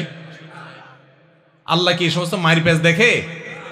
আরে ভাই, যার মুখের ভাষা পর্যন্ত নাই, যে লোকটা বোবা, কিচ্ছু বলতে পারে না, ফেল ফেল করে শুধু চায়া থাকে, আল্লাহ তাআলা আলিমুম বিযাতি সুদূর, আল্লাহ অন্তরের ভাষা পর্যন্ত বুঝেন। কোনো মায়ের পেজ দরকার নাই, শুধু চোখের পানি ফেলে মনে মনে আল্লাহকে আপনার কথা বলেন, আল্লাহ সেটাই কবুল করবেন ইনশাআল্লাহ। দোয়া করবেন না ইনশাআল্লাহ? কোনো কার্পণ্য করবেন না। হুজুরদের কাছে দোয়া চান, হুজুরদেরকে দোয়া করায় টাকা দিতে হবে কেন? ছোট লোকই কেন? হুজুর মানুষ এমনি কিছু হাদিয়া দেন না, আবার দোয়ার কন্ট্রাক্টরে দিয়ে কেন দোয়া করাইতে হবে? আর নিজের দোয়া বেশিরভাগ ক্ষেত্রে নিজেই করার চেষ্টা করব, ঠিক আছে না ইনশাআল্লাহ? তারাবির নামাজের নিয়ত, দোয়া ও মুনাজাতের দোয়া কোনটা এবং কিভাবে পড়ব? তারাবির নামাজের আলাদা নিয়ত, নাওয়াইতু আন কি জানি উসাল্লি লিল্লাহি, আমার জানা নাই আসলে, কোরআন হাদিসে পাই নাই, তো এগুলো তো আপনাদের থেকে শুনছি। আচ্ছা, আরেকটা কি? তারাবির দোয়া মুনাজাত। তারাবির দোয়া ওই যে 4 রাকাত পর পর কি পড়ে? সুবহানাজিল মুলকি ওয়াল মালাকুতি, আমি এর দূরই পারি শুধু। এরপরে কি আছে? আচ্ছা, কি কি জানি আছে। তো এগুলো আসলে কোনো কোরআন হাদিসে নাই, যেহেতু কোরআন হাদিসে নাই সেজন্য আমি পাই নাই, কোরআন হাদিস থাকলে তো পাইতাম। বুঝতে পারছি কথা? আমরা একসময় দেখছি যে ইয়াং পোলাপান তারাবি পড়তে যায় না। কিরে বাবা তারাবি পড়তে যাস না কেন? বলে হুজুর এখনো তারাবির দোয়া মুখস্থ হয়নি। বুঝতে পারছেন? তো তারাবির নামাজের জন্য 4 রাকাত পর পর দোয়া পড়া, এটা তারাবির সাথে এর কোনো সম্পর্ক নাই, দোয়া পড়ার কোনো প্রয়োজন নাই। 4 রাকাত পর একটু অবসর দেয় ইমাম সাহেব, এটা রেস্ট। আপনি এটা একটু পানি খাবেন, দরকার একটু হাত পা এদিক সেদিক করবেন, একটু রেস্ট করবেন, একটু শরীরটা এলাইয়া বসবেন, দরকার একটু পেশাব ওযু করে চলে আসবেন। এটা হলো রেস্টের সময়। তারাবি মানে হলো আরাম করে করে পড়া, 4 রাকাত পর রেস্ট দেওয়া। ওই মধ্যপ্রাচ্যের লোকরা, মিডিল ইস্টের লোকেরা আছে, আমাদের দেশেও কোনো কোনো মসজিদে দেখা যায় 4 রাকাত পর পর একটু খেজুর, একটু পানি, একটু চা, একটু খায় মানুষ। তো এটা তো রেস্টের সময়, আপনি রেস্ট না করে কি করতেছেন? ইমাম সাহেব এতক্ষণ পড়ছে, হাফেজ সাহেব ধুমায়া টানছে, আপনি তো এতক্ষণ শুনছেন বসে, কোনো ডিউটি ছিল না। এখন 4 রাকাত পর বরং আপনি আরো ডিউটি শুরু করে দিচ্ছেন, সুবহানাজিল মুলকি ওয়াল মালাকুতি। তাহলে রেস্ট হলো না, রেস্টের উল্টাটা হলো? এগুলার কোনো প্রয়োজন নাই, এগুলো কোরআন হাদিসে নাই। কোরআন হাদিসে যেটুকু আছে সেটুকু আপনি তারাবির নামাজে তেলাওয়াত সুন্দর করে মনোযোগ দিয়ে শুনবেন, নামাজ সুন্দর করে পড়বেন, বাস শেষ। এর বাইরে আলাদা কোনো নিয়ত বা দোয়ার প্রয়োজন নাই। মহিলারা কি ইতিকাফ করতে পারবে? যদি পারে তাহলে কোথাও কিভাবে করা উত্তম, নিয়ম জানলে উপকৃত হব। মেয়েরাও ইতিকাফ করতে পারবে। মেয়েদের ইতিকাফ হানাফি মাযহাব অনুপাতে বাসার এক কোণে নিভৃতে কোনো একটা কক্ষে তিনি বসে ইবাদতবন্দি করবেন শেষ দশক। একান্ত প্রয়োজন না হলে সে বাসা থেকে বের, সে রুম থেকে বের হবেন না। টয়লেট যদি বাইরে থাকে তাহলে সেজন্য বের হবেন, এছাড়া ওখানে বসে ইবাদতবন্দি করবেন। যদিও অন্যান্য ওলামা একরাম, যেমন সৌদি আরব ওলামা একরাম, তাদের মতে মসজিদ মেয়েরা ইতিকাফ করতে পারে, এবং সেক্ষেত্রে মেয়েদের জন্য সেরকম নিরাপদ, সেরকম পরিবেশ থাকার শর্ত তারাও দেন। তো এটা নিয়ে ওলামাদের মধ্যে 2 রকমের মত আছে। সোমবার, বৃহস্পতিবার, শুক্রবার মৃত্যু হলে কি সৌভাগ্যবান? সোমবার আর বৃহস্পতিবার মারা গেলে সৌভাগ্যবান হওয়ার কথা কোরআন হাদিসে কোথাও নাই। তবে জুমার দিন কেউ যদি মারা যায়, শুক্রবারে যদি কেউ মারা যায়, তাহলে সেক্ষেত্রে হাদিসের বর্ণনা মতে ওই ব্যক্তির কবরের আযাব, কবরের প্রশ্নোত্তর থেকে সে নিরাপদে থাকে, কবরের ফিতনা থেকে সে নিরাপদে থাকে। কবরের ফিতনা থেকে আল্লাহ তাকে বাঁচায় রাখেন জুমাবারে কারো মৃত্যু হলে। এটা তো আর কারোর হাতে না কোন দিন কে মারা যাবে, অতএব এটা ভাগ্যের ব্যাপার, এটা খুশনসিবের ব্যাপার। যদি কেউ এই দিনে মারা যায় তাহলে এই সৌভাগ্যের অধিকারী সে হবে। আবার এইবারে মারা গেলেই যে সে জান্নাতি, এরকম কোনো গ্যারান্টি দেওয়ারও কোনো সুযোগ, কারণ শুক্রবারে বহুত আল্লাহর প্রতি অবিশ্বাসী কাফেরেরও মৃত্যু হয়, বহুত ফাসিকেরও মৃত্যু হয়। আবার শুক্রবার ছাড়া অন্যদিন মারা গেলে লোকটা খারাপ, সেরকম যোগ বিয়োগ কষবেন না। আমরা তো বাঙালি খুব সহজে যোগ বিয়োগ কষার ওস্তাদ, বুঝেন নাই? এটা দেখে আপনি যোগ বিয়োগ করতে যাবেন না। একজন নেককার মানুষের মৃত্যু শনি রোববারেও হতে পারে। আমাদের প্রিয় নবী সাল্লাল্লাহু আলাইহি সাল্লামের মৃত্যু কিন্তু শুক্রবারে হয় নাই। অতএব কেউ শুক্রবারে মরে নাই দেখে আরে এই লোকটা খারাপ, আর শুক্রবার মরছে দেখে একবারে জান্নাতের সার্টিফিকেট দিয়ে দিবেন, এই গ্যারান্টি নাই। তবে হ্যাঁ, এটা ঠিক যে হাদিসের আলোকে শুক্রবারে মৃত্যুবরণ হলে তার কবরের ফিতনা থেকে মুক্ত থাকার কথা আছে। স্ত্রী স্বর্ণের জাকাত কে দিবে? যদি স্ত্রী মালিক হয় কিন্তু স্ত্রীর ইনকাম না থাকে তাহলে কি হবে? স্বর্ণ বিয়েতে কিংবা বিভিন্ন উপহারের মাধ্যমে পেয়েছে, স্ত্রীর স্বর্ণ গহনার মালিক কে? আগে সেটার উত্তর দেন। বইয়ের স্বর্ণের মালিক কে? কে বলতেছে? স্বামী। চাচা আপনি? আপনি চাচির সারা জীবন স্বর্ণ দিয়ে কাম করছেন? লা হাওলা ওয়ালা কুওয়াতা ইল্লা বিল্লাহ। এটা একটা কাজ করলেন চাচা? চাচির সব স্বর্ণ দিয়ে বলছেন মালিক আমি, মানে আপনি মালিক? চাচির দিটা শুনে ভাত তো আর জুটবে না কপালে বাবা। আচ্ছা আপনারা বলেন, বউয়ের স্বর্ণের মালিক কে? বউ নিজে? বুঝে উত্তর দিছেন? যারা বিয়ে করছেন, যাদের বউ আছে, এবার একটু মিলান, দাবির সাথে বাস্তবতায় মিলান। আপনারাই দাবি করছেন যে বউর স্বর্ণের মালিক সে, ঠিক আছে। এবার আমার উত্তর দেন, বউ যদি কালকে স্বর্ণ দোকানে যায়া তার স্বর্ণগুলা বিক্রি করে বলে আমি কটকটি খাবো, আপনি কিছু বলবেন না বলবেন না? বাস্তবতা বলেন, আমাদের সমাজের বাস্তবতা। স্বামী যদি, বউ যদি যায় তার সব স্বর্ণ বিক্রি করে টাকা পয়সা আয় না, কিছু তার বাপেরে কিছু তার মায়েরে মানুষকে দিয়ে দিল, তার মনে হচ্ছে একটু চাইনিজ কিনে এনে খাইলো, একটু শাড়ি চুড়ি কিনলো, টাকা উড়াইলো, আপনি কি কিছু বলবেন নাকি বলবেন না? শুধু বলবেন না আরো কিছু? সব ফেরেশতা নাকি এলাকার মানুষ? শুধু বলবেন না আরো কিছু? বলবেন যে তোমার সাহস কত বড়, কলিজা কত বড় তোমার, এত কষ্ট করে আমার রথের কামাই করা স্বর্ণের টাকা বিদেশ থেকে আনছি, এটা কষ্ট করে জমাইছি, কিনছি, আর তুমি যা বেঁচে আসলে একটাবার জিজ্ঞাসা করলা না? তোমার কত বড় কলিজা। সেদিন এসপার ওসপার কিছু একটা হবে কি হবে না? তাহলে একটু আগে বললেন বউয়ের স্বর্ণের মালিক বউ, এখন আবার যে মালিক তার জিনিস সে বিক্রি করলে আপনি বলার কে? কথা কি বুঝছেন না বুঝেন নাই? আমাদের দেশে স্বামী স্ত্রীর পারস্পরিক টাকা পয়সা, স্বর্ণ গয়না, এগুলোর ক্ষেত্রে বড় ধরনের একটা ঘাপলা আছে। ঘাপলা ঘাপলা ঘাপলা বুঝেন? একটা গোজামিল আছে, গোজামিল। এই যে জাকাতের প্রশ্ন আসছে, আমি জানি গোজামিলটা কেন আছে। বউয়ের স্বর্ণ, এটার মালিক কে জিজ্ঞেস করলে আপনারা নারায়ে তাকবীর বলেন যে হ্যাঁ বউ মালিক, আবার বেচতে গেলে আপনি বাধা দেন। আবার বিদেশ যাওয়ার সময় বলেন যে স্বর্ণগুলো দাও বেচে দিই, কত স্বর্ণ হয়ে যাবে। তো সেই মালিক হলে আপনি নেওয়ার কে? আপনি তো তার কাছে দরখাস্ত লিখবেন, বরাবর ম্যানেজার অত্র বাসা, বিষয় ঋণ মঞ্জুরির আবেদন, জনাব যথাবিহিত সম্মান প্রদর্শনপূর্বক নিবেদন, এই যে আমি অধম গরিবের ছেলে, বিদেশ যাওয়ার নিয়ত করিয়াছি, আমার ভিসা টিকিট ইত্যাদির টাকা ব্যবস্থা করার ক্ষমতা নাই। মহান আল্লাহ আপনাকে যে স্বর্ণ গহনার মালিক বানিয়েছেন, অনুগ্রহ করে সেখান থেকে কিছু স্বর্ণ বিক্রি করে আমাকে ধার দেওয়া। স্বামী স্ত্রীর অ্যাকাউন্ট একেবারে পরিষ্কার হতে হবে। অনেক মহিলা আছে ওই স্বামীর পকেটের টাকার ক্ষেত্রে একই কাম করে, মনে করে আরে আমরাই তো। এত সোজা না। স্বামীর পকেট থেকে টাকা নেবেন, স্বামীর পারমিশন লাগবে, এটা তার, আপনার স্বর্ণ আপনার, তার টাকা তার। আমরা এই সমস্ত কথা উঠাইলে, স্বামী স্ত্রী যদি এই সমস্ত কথা উঠায়, স্ত্রীরাও বোকা কিসিমের, তারাও বুঝতে চায় না, বলে তুমি কি আলাদা করে দিচ্ছ আমাকে? এটা কোনো কথা? এগুলো আমার স্বর্ণ, আমি যা ইচ্ছা তা করবো, ওইগুলো তোমার টাকা, তুমি যে এত এত দূর দূর করলে কি স্বামী স্ত্রী থাকা যায় নাকি একসাথে? বাঙালি আমরা অতি ভালো সাজি, অতি ভালো সাজি, এরপর যখন ভেজাল লাগে এবার টানাটানি শুরু হয়। ইসলাম বলে এই সমস্ত অতি ভালো সাজার সুযোগ, প্রত্যেকের অ্যাকাউন্ট তার তারটা, যার যারটা তার তার কাছে। বুঝেন নাই কথা? স্বামীকে আপনি মোহরের টাকা দিয়েছেন, এটা তার, তিনি যা ইচ্ছা তা করবেন। আপনাকেও চাইলে কিছু দিতে পারেন, ঠিক আছে মোহরের টাকা পাইছি, আমি বড়লোক হয়ে গেছি, তুমি গরিব মানুষ নাও, তোমারটা দিলাম, আল্লাহর রাস্তায় দিতে পারে। তো স্ত্রীদের স্বর্ণের জাকাত তারা দিবে যদি তারা মালিক হয়। আর যদি আপনি তারা ব্যবহার করতে দেন, অনেক বিদেশি প্রবাসী লোক আছে বিদেশ থেকে স্বর্ণ পাঠায়, বউরে দেয়। আসলে বউরে দেয় হলো ব্যবহার করার জন্য। বউরে কি দেয়? মালিক বানায় দেয় না। মালিক কিন্তু সে, মতলব খারাপ, বেঁচে ফেলবে, এই জন্য বউর কাছে দেয় শুধুমাত্র। তাহলে এক্ষেত্রে জাকাত স্বামী দিবে যদি মালিক স্ত্রীকে না বানায়। ক্লিয়ার যদি বলে দেয় এটা তোমাকে মানা দিছে, তুমি মালিক।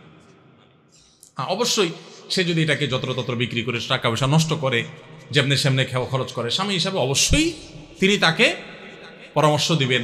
সেটা হবে হিতাকাঙ্ক্ষী সুলভ, সেটা খবরদারি সুলভ না যে তুমি এটা কাজ করলা, যেন তেনভাবে করে ফেলছো, তোমারই তো জিনিস, তোমারই কাজে লাগতো, আর একটু ভালো কাজে লাগাইতা, আরো দাম বাড়তো, তখন দাম পাইতা, আমার একটু জিজ্ঞেস করতা কোথায় একটু বেশি ভালো দাম পাওয়া যায়, ইত্যাদি ইত্যাদি। হিতাকাঙ্ক্ষী সুলভ আপনি সেখানে কথা বলতে পারেন, সেটা না করে আপনি করেন কি খবরদারি সুলভ। ঠিক না বেঠিক? এগুলা করা যাবে না। তাহলে স্ত্রীর গহনা জাকাত স্ত্রী দিবে। এখন প্রশ্ন হলো স্ত্রীর গহনা জাকাত যে দিবে, বেচারি টাকা পাবে কই? উত্তর হলো মোহর দেন নাই নিশ্চয়ই। মোহর যদি দিতেন তাহলে মোহরের টাকা থেকে রেখা রেখা সে খরচ করতো, জাকাত দিতে পারতো। আবার মাসে মাসে বউরে একটু হাত খরচের টাকা তো দিবেন, সেটা থেকে সে দিতে পারে। আবার যদি সে তার ওই স্বর্ণ থেকে কিছু অংশ বিক্রি করে জাকাত দেয়, সে সুযোগও আছে। আবার স্বামী যদি তার জাকাতটা দিয়ে দিতে চায়, সে সুযোগও আছে। তবে তাকে বলতে হবে যে তোমার স্বর্ণের জাকাত আমি দিয়ে দিলাম, নিয়ত করে নিবে, সে জাকাত আদায় হয়ে যাবে।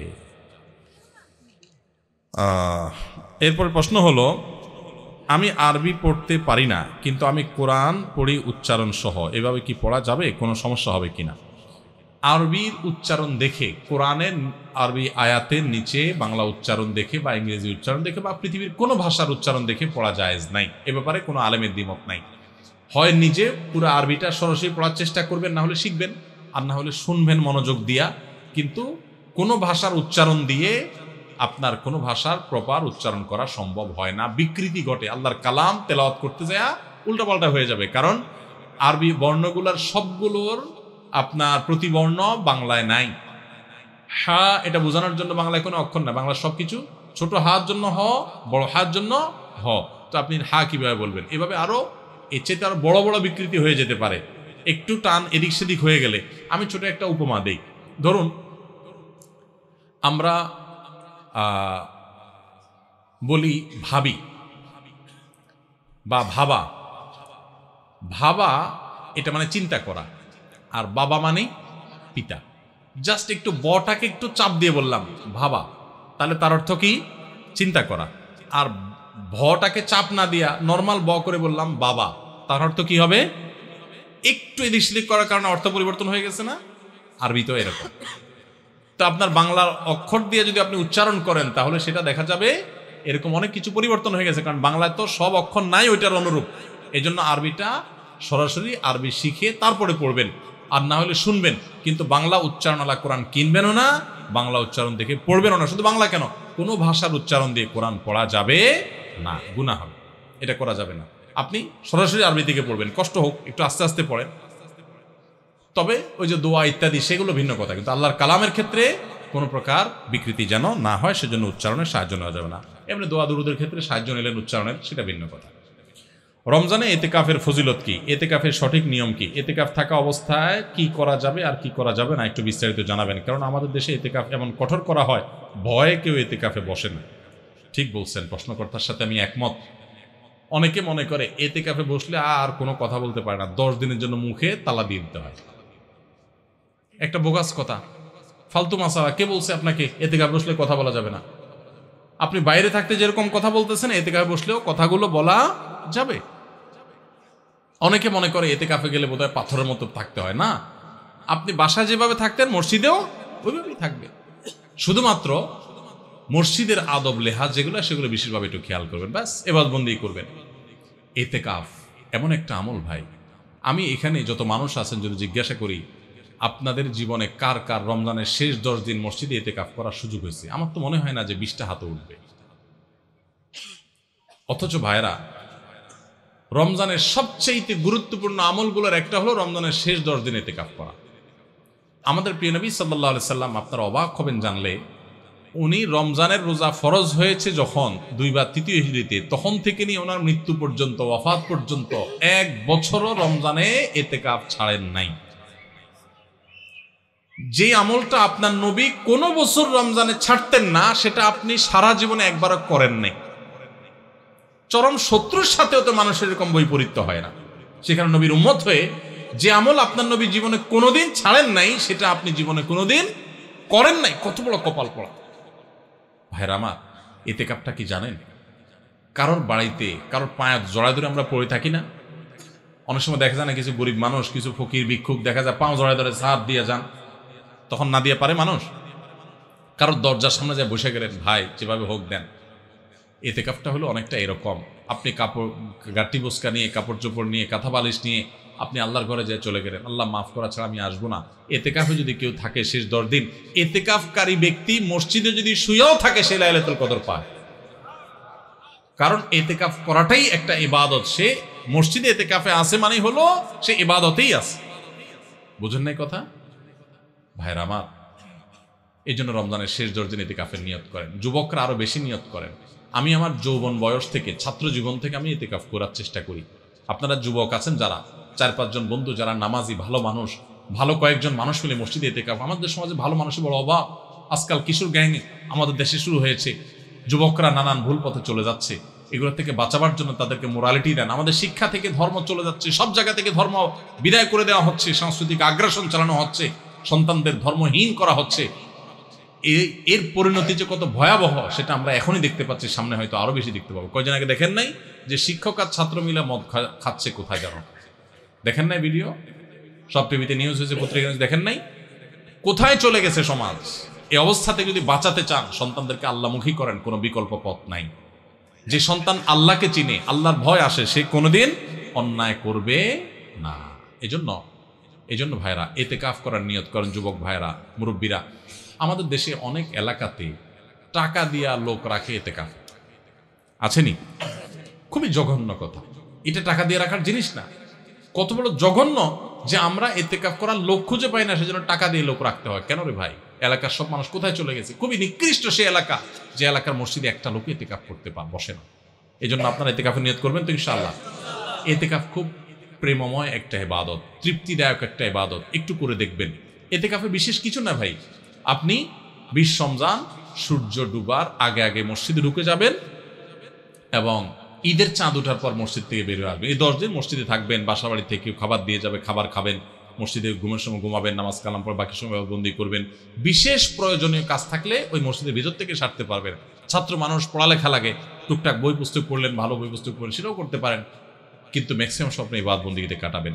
এটাই হলো ইতিকাফ। সেখানে যে বোবার মতো বসে থাকতে হবে এমন কোনো কথা নাই। এই জন্য ইতিকাফের হিম্মত করবো তো ইনশাল্লাহ। আমরা জীবনে একবার যদি ইতিকাফ করেন আর মজা পান, এরপর আর আপনাকে কেউ ইতিকাফ থেকে দূরে রাখতে পারবে না।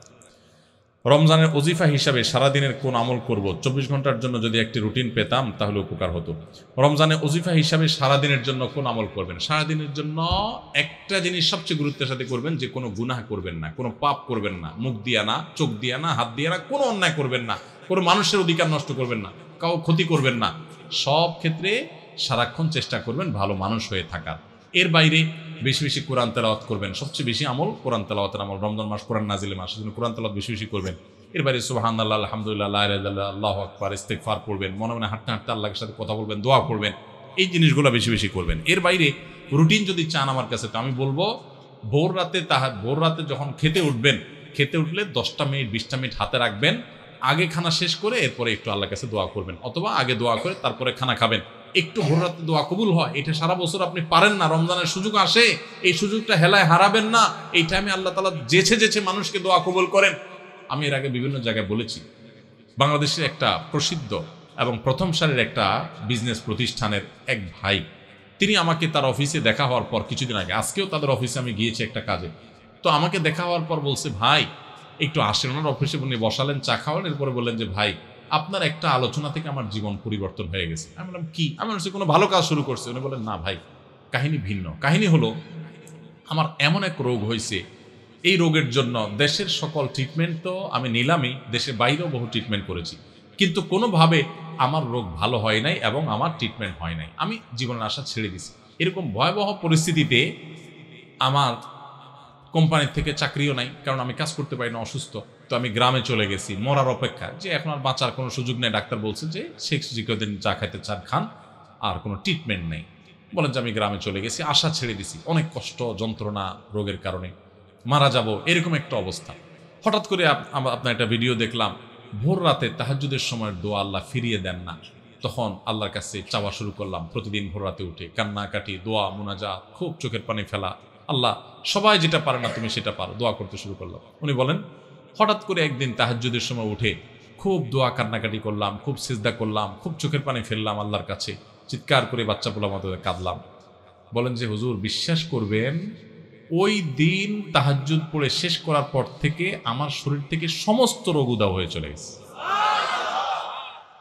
আজকেও তার সাথে দেখা করে আসছি। ইন্টারেস্টিং বিষয়, আজকেও ওই লোকের সাথে আমি দেখা করে আসছি, একটা কাজে গেছিলাম তার অফিসে। আজকেও ওই ভাইটা আমাকে বললেন যে ভাই, এরপর আমি শুধু সুস্থ হয়েছি তা না, আমি আমার কোম্পানিতে আবার ফিরে আসছি। আগে যে ডিউটি ছিল আমার প্রমোশন হয়ে ডিউটি আমার আরো বাড়ছে, এবং আমার কোম্পানির চেয়ারম্যান সহ সবাই আমাকে আরো বেশি আস্থা রাখে। ওনার সামনে থাকা পিয়ন অন্যান্য লোকদেরকে আমার সামনে ডেকে বলতেছে, এই তোমরা বলো আমি আগে যে বদমেজাজি দেখাইতাম, আছাড় পিছাড় করতাম, রাগ জাহির করতাম, আমার এগুলো আছে এখন? বলে না স্যার, এগুলো কিচ্ছু নাই এখন। শুধু সুস্থ হয়েছে না, আজীবন আমূল পরিবর্তন হয়ে গেছে। ভাইরা আমার, এই ভোর রাতের দোয়া বড় গুরুত্বপূর্ণ। রমজানে কিন্তু সেই সুযোগটা আসে, এই জন্য সাহারি করতে উঠলে একটু দোয়া করবে, ঠিক আছে তো ইনশাআল্লাহ। এরপরে ফজর নামাজ পড়ে পারলে একটু তেলাওয়াত করে ইশাক করে তারপরে দরকার হলে ঘুমাবেন, আর দরকার না হলে নাই। এবং ডিউটিতে যখন যাবেন, ডিউটিতে কোনো ফাঁকি দিবেন না, পথে কারোর ক্ষতি করবেন না, কাউকে খারাপ কথা বলবেন না, আজে বাজে জিনিস মোবাইলে দেখবেন না, হারাম থেকে বেঁচে থাকবেন। জোহরের ওয়াক্ত হলে টাইম মতো নামাজ পড়বেন, আবার আসর ওয়াক্ত হলে টাইম মতো নামাজ পড়বেন। বাসায় এসে স্ত্রীর সাথে ইফতার বানানোতে সাহায্য করবেন, শুধু মুসে তাও দিয়ে বসে থাকবেন না যে আনবে আর বসে বসে খাবো। একটু কাজ কাম করবেন। নবী সাল্লাল্লাহু আলাইহি ওয়াসাল্লাম মেয়েদের কাজে সহযোগিতা করতেন। এরপরে আগেভাগে ইফতার আগে একটু দোয়া করবেন। ইফতারের পরে সকাল সন্ধ্যার দোয়া দুরুদ ইত্যাদি পড়ে তারাবিতে চলে যাবেন। তারাবিতে সুন্দর করে মনোযোগ দিয়ে কোরআন তেলাওয়াত শুনবেন। তারাবিতে কি পড়েন, হাফেজ সাহেব কি পড়েন সেটা তো আপনি শুনেন, বুঝেন না।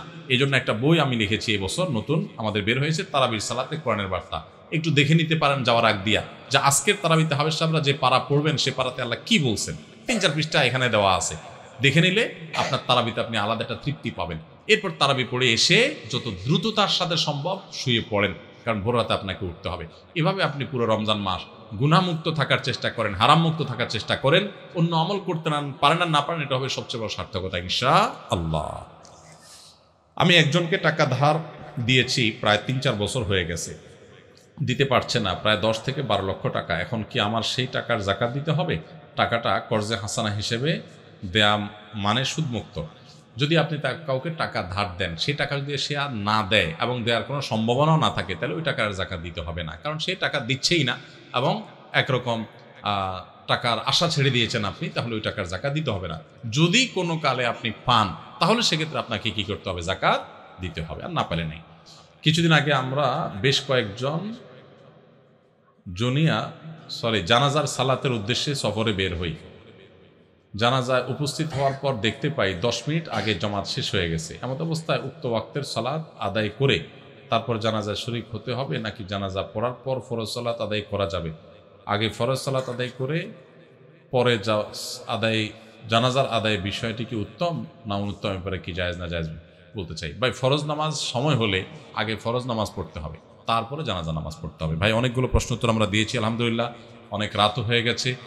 আজকে এই মাহফিল আমরা বাইতুল ফালাহ মাদ্রাসা এবং এতিমখানার তরফ থেকে যে মাহফিল দেখলাম, আমরা সবাই এই মাদ্রাসার প্রতি সহযোগিতাপূর্ণ মনোভাব রাখবো ইনশাআল্লাহ। ঠিক আছে তো? আল্লাহ তৌফিক দান করুন। আমরা যে কথাগুলো শুনলাম জানলাম, আল্লাহ আমাদের সবাইকে আমল করার তৌফিক দান করুন। ওই সভাপতি সব কথা বলবেন না?